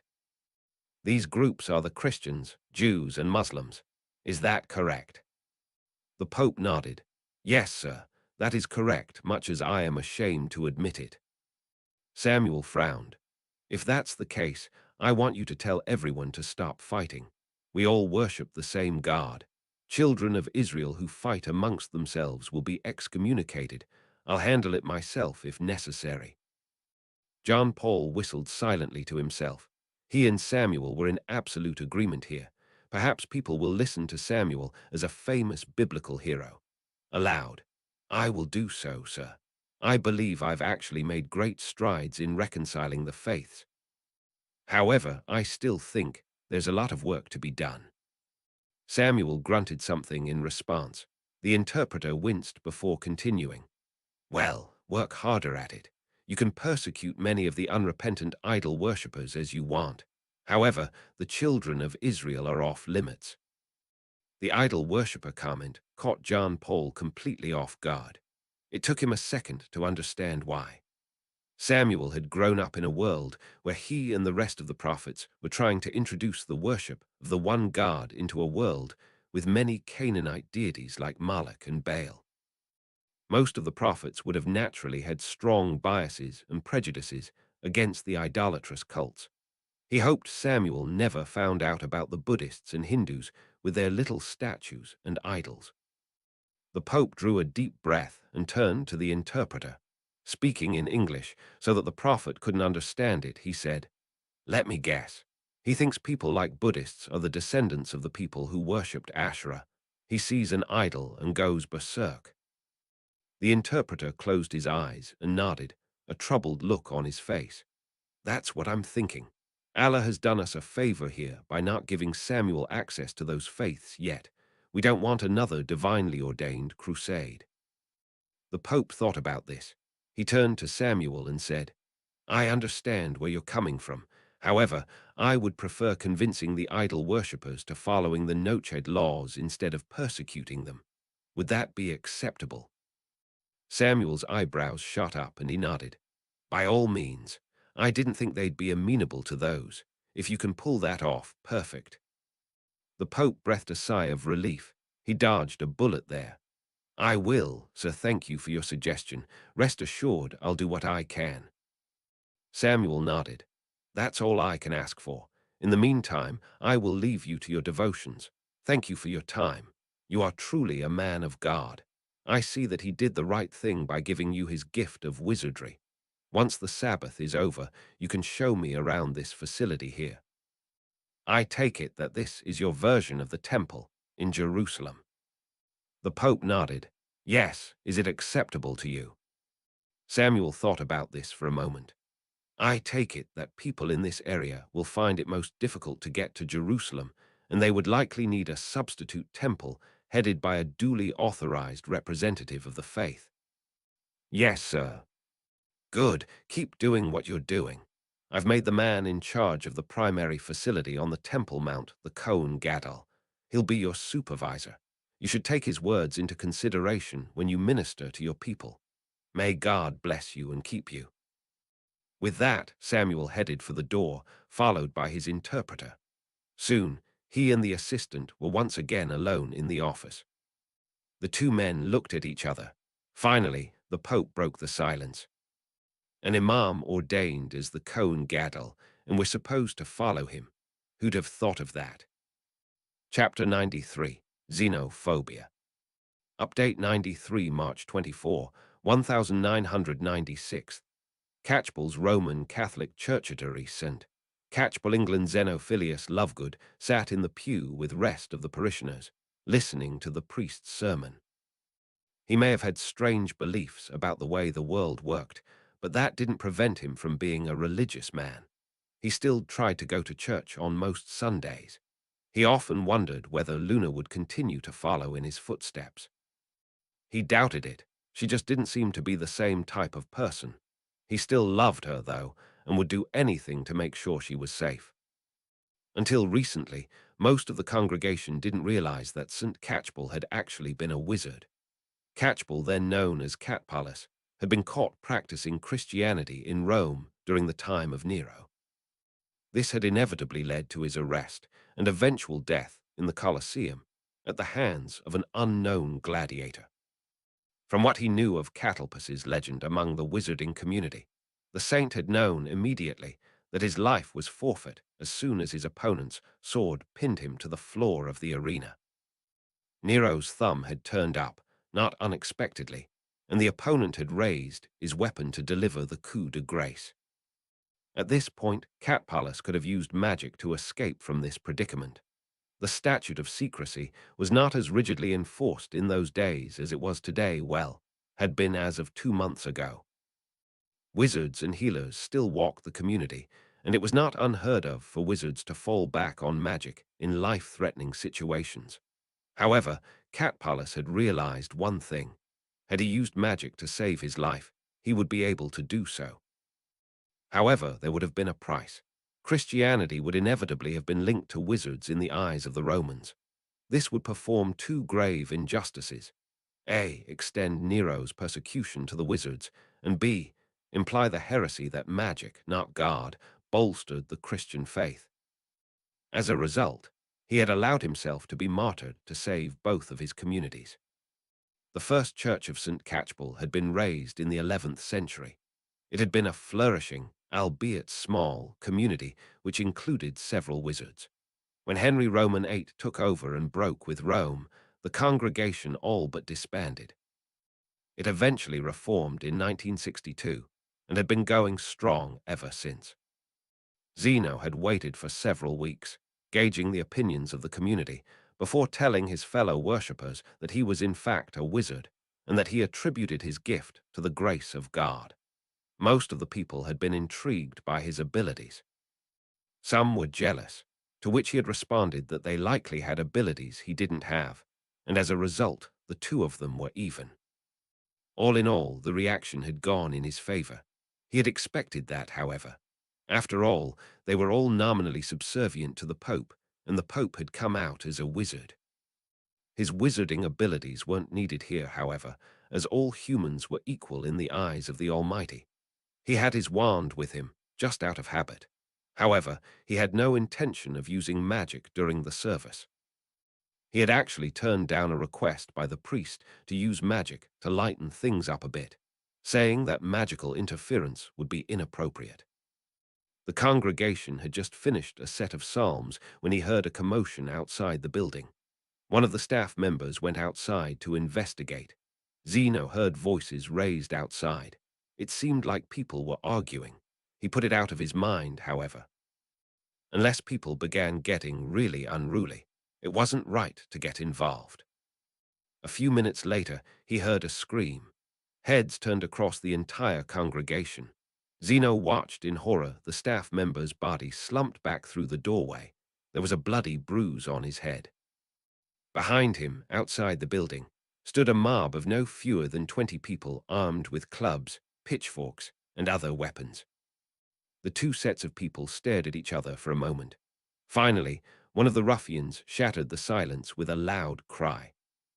"Destroy the workshop of the false prophet Pope. Britain for humans." With that, the attackers barged through the door and headed into the room. One of them pulled out a gun. Shit, Zeno thought. He pulled out his wand. If there was a time for him to use magic in church, it was now.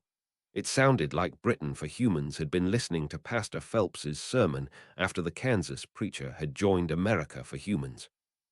Phelps had argued that the wizards were the tools of the devil and that the Pope was the false prophet.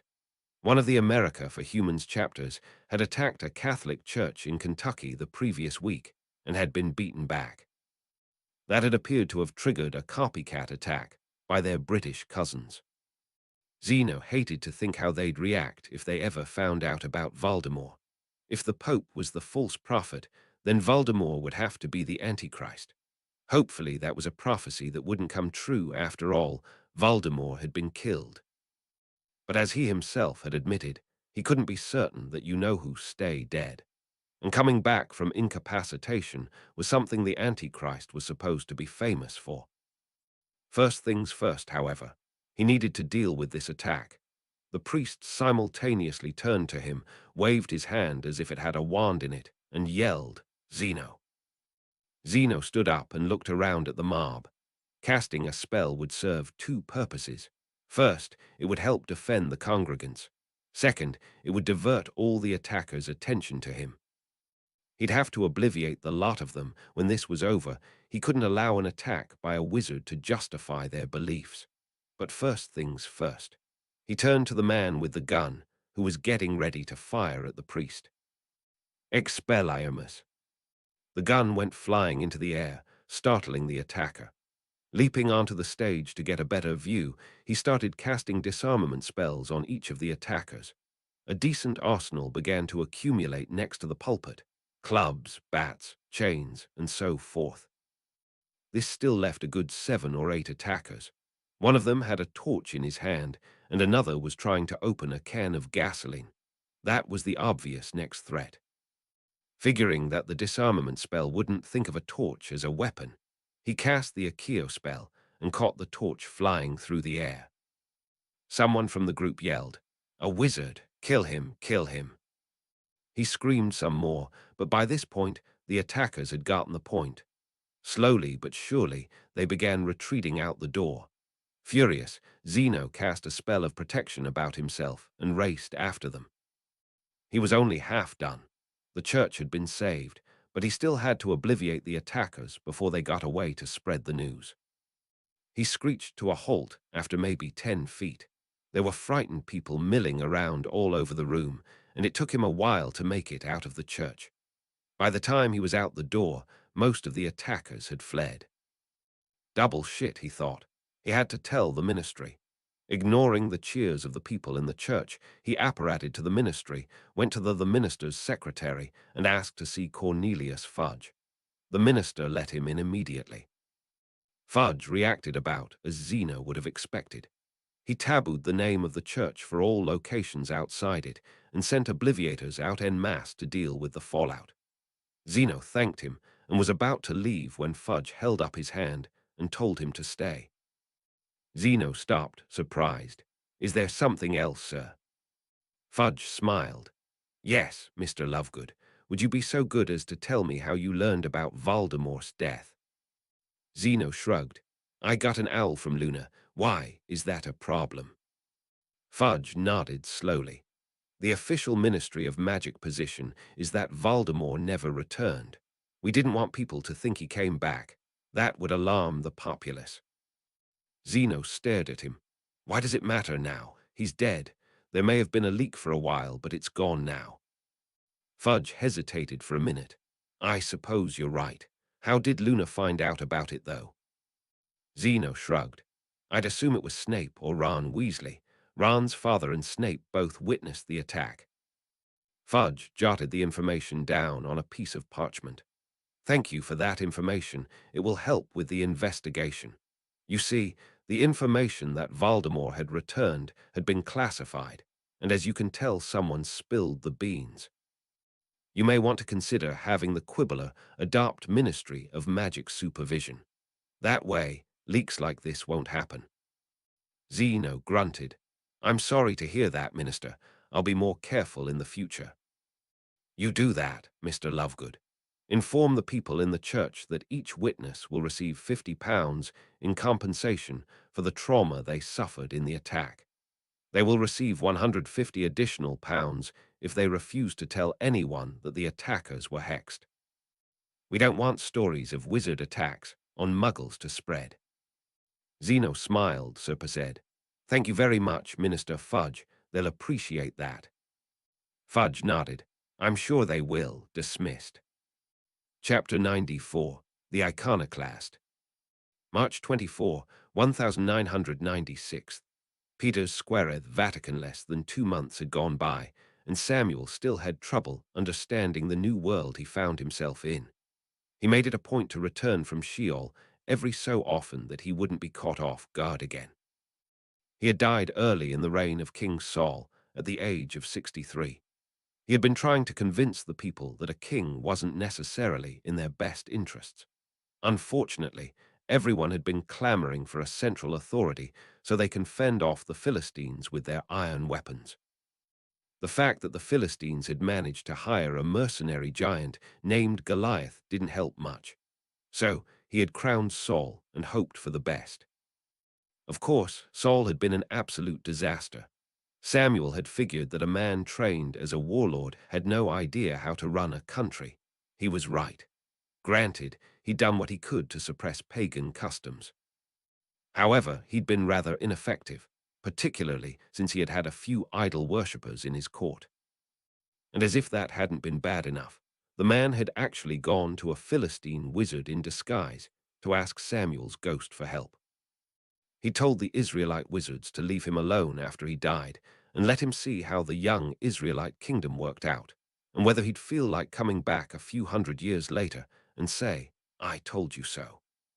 The Witch of Endor had nagged him enough to get him to show up. He made up a prophecy saying Saul would lose the throne, which shut up the whining monarch rather quickly. The placebo effect took care of the rest. Samuel's fears had been justified. David and Solomon proved to be relatively strong kings. However, they hadn't been particularly humble. It wasn't out of character for them to send people they didn't like off to the front lines. As if that weren't bad enough, they had nearly bankrupted the treasury to plan and build the temple. Samuel had the distinct impression that God wasn't particularly happy, that his new temple was a wee bit over the top, and built by hordes of forced laborers in squalid working conditions. He was reminded of the Israelite legends of the people building pyramids in Egypt for the pharaoh. The peasantry was overburdened with taxes and crying out for help. David, however, had been a master of PR. He kept on concocting stories about him being a world-class lutist, poet, God-fearing man, and stuff like that. He took credit for the slaying of Goliath, even though he had been given a significant amount of help, creating that mammoth sling. If anything, the wizard should have gotten the credit. From what Samuel been told of the history of the past 1,000 years, the old fox had actually managed to fool the historians. Samuel made a mental note to rectify that at some point. These people deserved to know the truth. God hadn't been fooled, however, and his revenge came soon enough. Squabbles over the succession split the kingdom in two, and a succession of weak rulers had eliminated both little princedoms within 400 years. The last time Samuel had visited the world, he had watched as Jerusalem fell to a foreign army and Solomon's temple was destroyed. He remembered mixed feelings, sadness for the people and for the destruction of the holiest site in Israel, but a sense that the aristocracy had deserved it, having brought it on themselves by their unfair rule. Jerusalem had fallen to an army wielding swords, bows, and the occasional iron spear. From what the people of the present were telling him, that was about 2,500 years ago. Boy, had things changed.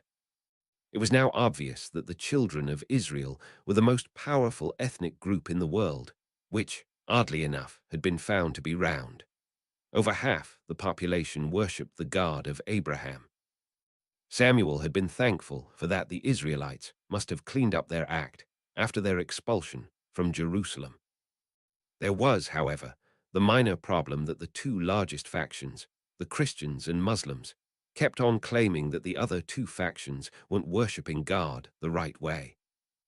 There were people in each faction who refused to marry people of the other factions because they didn't belong to the right faith. What a mess! Samuel had learned his lessons well, but it appeared that some of these people hadn't. God didn't have a name or form for a reason. He was supposed to be entirely abstract. The purpose of spirituality was to allow the people to get in touch with the divine and give them a sense of purpose and a wider, more generous view of the world.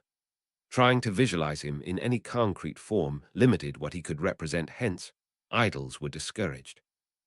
The rituals which had been handed down from Moses' time made sense for the society at the time, as the group which had left Egypt had been accustomed to animal sacrifices and was not mature enough to understand the idea of an abstract deity. What people didn't realize was the fact that the rituals were not an end in itself, only a means to an end. They were designed to help the people of the Exodus connect with the divine. Any personal ritual which produced the desired end result was all right. The two large factions seemed to be competing in trying to win the hearts of the world. Samuel groaned to himself. He could understand proselytizing to the pagans, but not to other monotheists. The third, smaller faction, the one which seemed to be closest to the way the Israelites had practiced during Samuel's lifetime, had been subjected to persecution and evangelization from the two larger factions. A war about 50 years earlier had eradicated most of its European adherents. However, they were still around. Samuel looked around the plaza as the leader of the Christians, John Paul. Why did he have two names? Described the sights. John Paul was actually a wizard, and he seemed to have the right idea when it came to spirituality. Samuel kicked himself for not making this man the Kohen Gadol, or at least advisor to the Kohen Gadol. Then again, controlling the holiest ground in Jerusalem would be a sign of God's favor. It was God who decided who would continue the line Aaron. At the moment, John Paul was pointing out the reflecting pool. There's the reflecting pool, sir. I figured that would be a good spot for meditation and contemplation. You can see two nuns sitting there. Samuel looked at the two women, puzzled. Nuns, are they related to Joshua? The Pope smirked at that. No, sir. They're women from an order who have taken ascetic vows. There are two orders, one for men and one for women. Men who join are called monks. The vows usually involve celibacy, humility, and poverty. Samuel thought for a moment. Sounds like a distant descendant of the Nazarite custom. Somewhat, sir. However, these women much of their time in prayer and contemplation, trying to feel closer to God. That sounds like the type of stuff you were discussing earlier. Samuel nodded. I'm impressed, John Paul. That's personal spirituality through meditation. That's the type of stuff I was hoping for, but couldn't hammer into the heads of those Bronze Age warriors who couldn't see past the end of their spears. I see society has changed. Indeed it has, sir. Now over here, we've got a fountain. I conjured it up a couple of weeks ago. It shows scenes from the life of Jesus and has a water supply which won't run out. Samuel looked at the fountain. Quite impressive. Jesus was one of the prophets whose authenticity the three factions disagree on. Yes, I told you about his career. He began his ministry in his 30s, about a millennium after your death. He was very popular. Unfortunately, the authorities were a bit nervous about him, and as a result, he was crucified by the Romans around AD 30. A man named Saul of Tarsus spread his teachings throughout the known world. This was the origin of our faction, as you call it. Samuel shook his head. That story is all too familiar, John Paul. Saul killed my teacher Tickwell because he wouldn't anoint Saul king. John Paul stopped in his tracks. Who? Tickwell, John Paul. Isn't he in the history books with David and Saul? I haven't been able to read much of them yet due to the language and alphabet barriers. John shook his head. No, sir, he isn't. Sounds like someone wanted him silenced, and I bet I can guess who. Samuel nodded. Sounds like something Saul would do. You know you're an authentic prophet when the authorities try to kill you. That happened to Tickwell, it happened to Moses, it happened to Muhammad, and it sounds like it happened to this man as well. May curses fall upon everyone who murders a prophet. The Pope looked at him quizzically for a second. Suddenly, Samuel realized what had happened. No, John Paul, I died of old age, surrounded by my sister and two nieces. I. Samuel's voice broke off as he stared into the distance and frowned. Standing off in an alcove was something which looked very out of place in this temple. It was an idol. It appeared to be showing a man being executed on a cross. The man appeared to be suffering. The letters INRI were visible above the man's head. Samuel gritted his teeth and pointed. John Paul, why is there an idol in the temple? John Paul frowned and turned to look at the idol. He turned back to Samuel with a troubled look on his face. That is a statue commemorating the execution of Jesus. It is there only as focus for concentration and faith. It inspires people who honor Jesus to do great things. It is not used in religious services. Samuel frowned, became troubled. I see where you're going. It's not actually an idol because it's used for spiritual growth and not actual worship. Samuel thought for a minute and shook his head. Get rid of it. John Paul's eyebrows shot up. Why, it isn't an idol. Samuel sighed. You know that. I know that. However, not everyone is as spiritually advanced as the two of us are. It is quite possible that someone might see someone praying in front of the statue and conclude that the faith endorses idol worship. We've already got enough trouble with the three factions arguing with each other. We don't want any more. John Paul hesitated for a moment. Sir, are you sure about this? It's a relic and a popular pilgrimage site. Samuel nodded. Take it inside and place it in an alcove where only one person can access it at a time. That way, no one will start thinking that we endorse idolatry. John Paul stammered for a second and said that he'd do what he could. Samuel nodded and continued his trip. It looked like he had a lot of work to do. However, it sounded like people were finally ready to listen. Chapter 95. Death Eaters Join Al-Qaeda. March 25, 1996, Al-Qaeda Recruitment Center. Alif Pakistan Lord Voldemort was dead. Dammit Haran Dilmi couldn't believe it. How can the most powerful wizard the world had ever seen be killed, and by Muggles, for that matter? Wizards had powers the Muggles couldn't match. Wizards were supposed to be in charge, not the other way around. Reports were still coming in. However, from what he had heard, one of Voldemort's top aides had defected and betrayed the location of a secret Death Eater meeting to the British Secret Service. The Secret Service had then dropped a half-ton bomb on the group of wizards less than 10 minutes after the scheduled start of the meeting.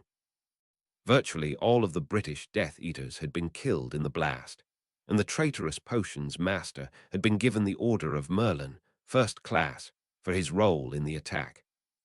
Supposedly, only 3 British Death Eaters were confirmed to have survived: Lucius Malfoy, Rodolphus Lestrange, and someone named Peter Pettigrew, whom most people thought had been long dead. 2 more Death Eaters, Igor Karkaroff and Sirius Black, were also supposedly in England somewhere and on the run. Dilmy hated Severus Snape with a passion. He vowed revenge, and he knew that he had to make sure that Snape suffered an excruciating fate after he had been forced to witness Dilmy's takeover of the world. But how would Dilmy get started on this great endeavor? He had a bunch of wizards at his command, most of whom were in line with his ideals. However, he didn't think that would be enough. To really cause mass destruction, he needed Muggle technology and people brave enough to use it. In short, he needed a terrorist cell, which would be willing to have wizards in their midst. He had been elated when he heard about the offer from Al-Qaeda. He was already a Muslim, albeit a non-practicing one. As a result, he was guaranteed a reward from Al-Qaeda regardless of whether he in fact actually came out as a wizard.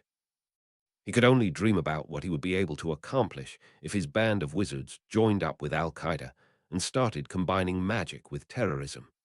He prayed that Allah allow his first attack to be against Britain, specifically against Severus Snape and the British Secret Service. He had contacted his local Al-Qaeda office in Colombo shortly after the assault on the Death Eater meeting. The recruiter had been skeptical at first that he was in fact a wizard. Dilmy had shrugged that off, pointed his wand at the recruiter's assistant, and turned him into a camel. He had then grinned and then climbed onto the camel's back. The demonstration had been more than enough to convince the recruiter that he meant business. He had then dismounted and transformed the assistant back into a human being. The assistant had run off in terror. Dilmy had looked at the recruiter and told him that the assistant was not fit for command. The recruiter agreed and jotted down orders to demote the transfigured man. He had expected word of his arrival to spread rapidly, and he wasn't disappointed. Less than 2 days after his arrival in Colombo, he had received a phone call from a Dr. Faisal, an Al-Qaeda officer in Pakistan. Faisal had told him that he had made it through the first round of screening and was welcome to attend training at Recruitment Center Alif in Pakistan. Faisal said that Dilmy was welcome to bring any other wizards whom Dilmy believed were capable of the strict, disciplined life of an Al-Qaeda operative. Dilmy had relayed the message back to his friends on the Indian subcontinent. 8 of them were willing to join him in the fight to avenge their fallen leader. He then gave them the coordinates of Recruitment Center Alif and told them to apparate over at exactly 1500 Z. The wizard's attempt at theater nearly got them all killed. The last wizard had scarcely materialized when Dilmy noticed that virtually all of the agents in the camp were pointing AK-47 at them. Dilmy looked on approvingly. The Muggle agents were well trained. This should work well.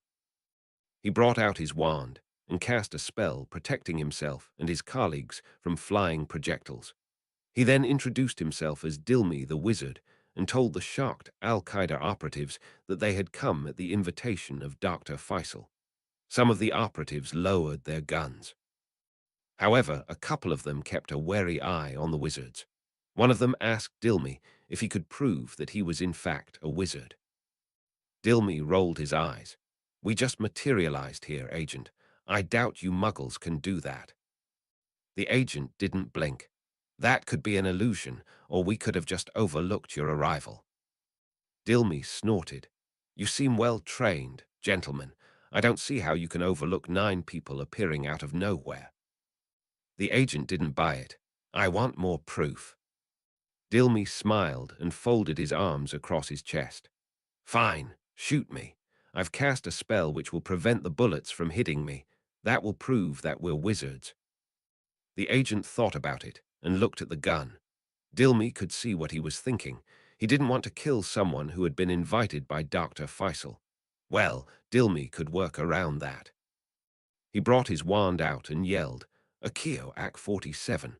The agent squealed as the gun suddenly launched itself out of his hand and flew over to Dilmy's. The Death Eater caught it and handed it, but first, back to the stunned operative. Meanwhile, the other 8 wizards chuckled at the prank. "There, Agent, is that proof for you? All of us are wizards and we're willing to work for Al-Qaeda. Now, let's try this again. I'm Dilmy the Wizard, and the 9 of us have been invited by Dr. Faisal to join this camp and train with Al-Qaeda. Where is Dr. Faisal?"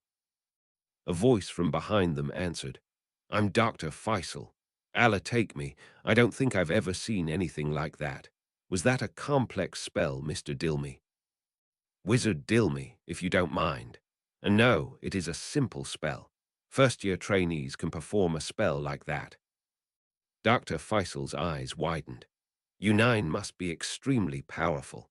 Allah has sent you to us in our time of need. Are you familiar with the bylaws of the group?" Dilmy nodded. "Yes, we are." "Are you willing to commit murder?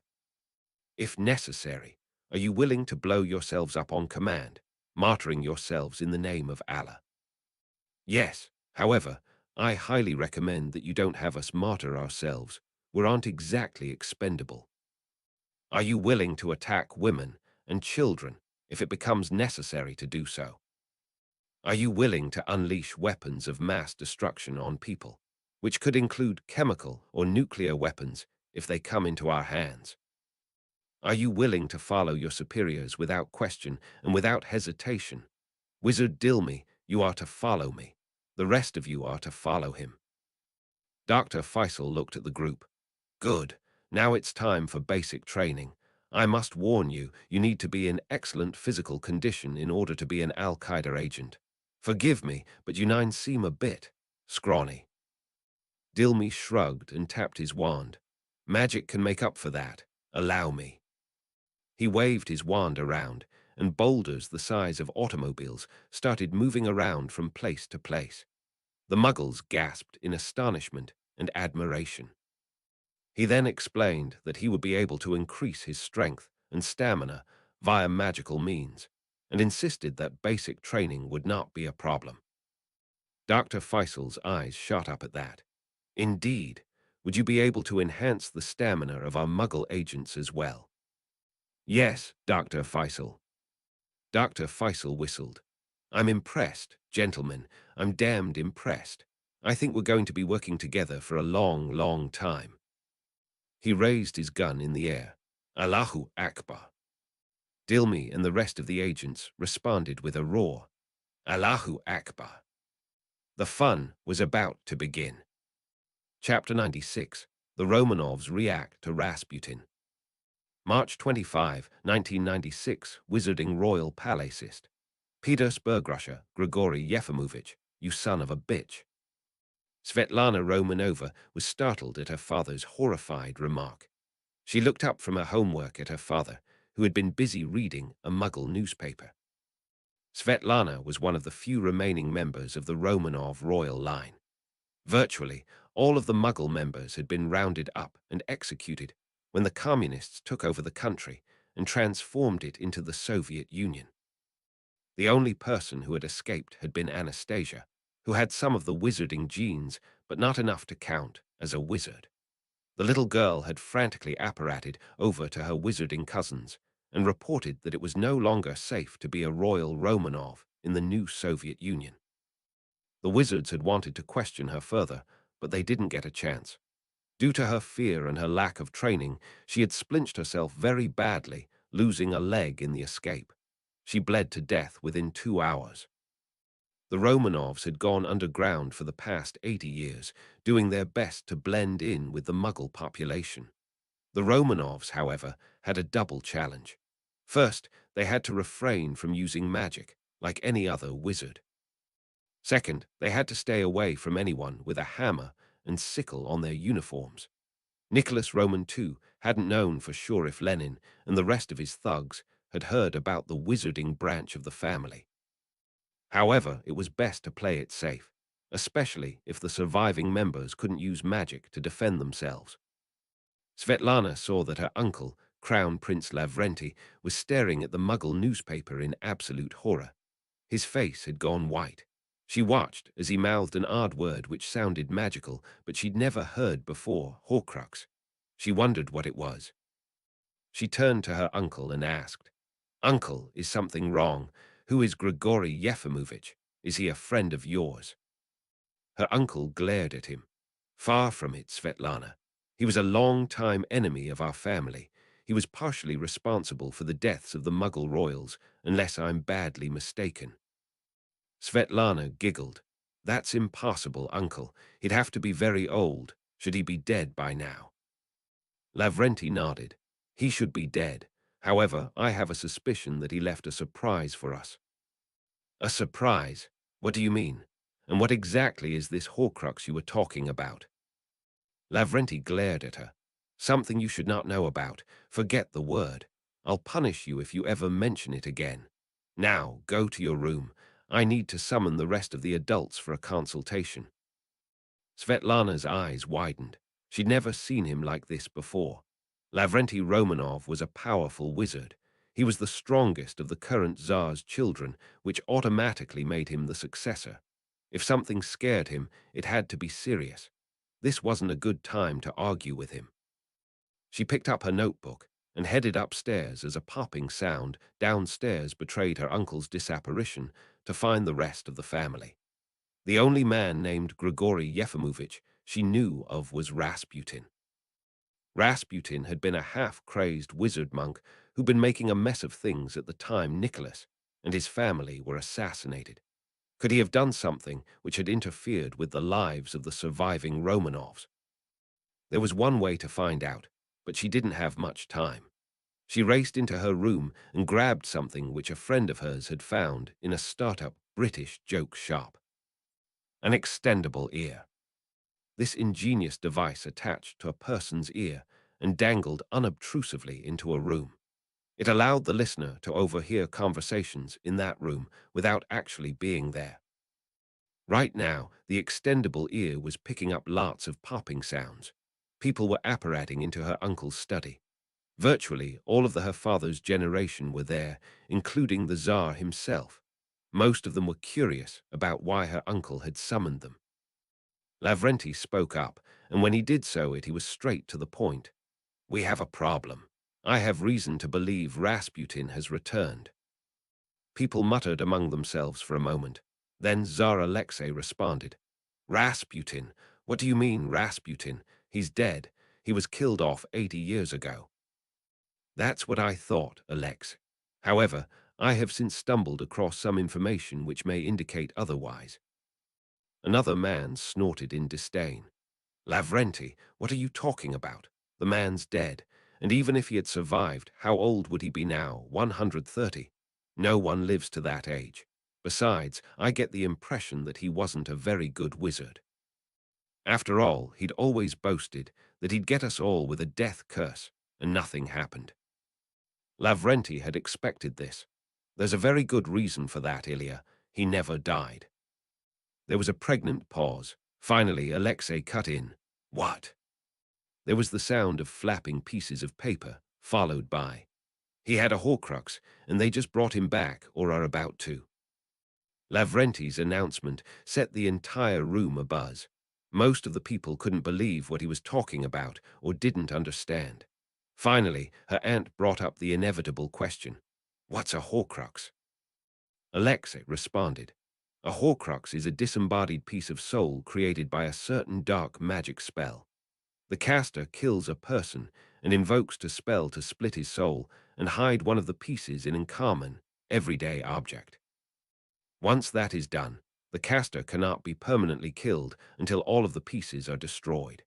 Until that happens, a seemingly dead person can be revived with an extremely obscure spell."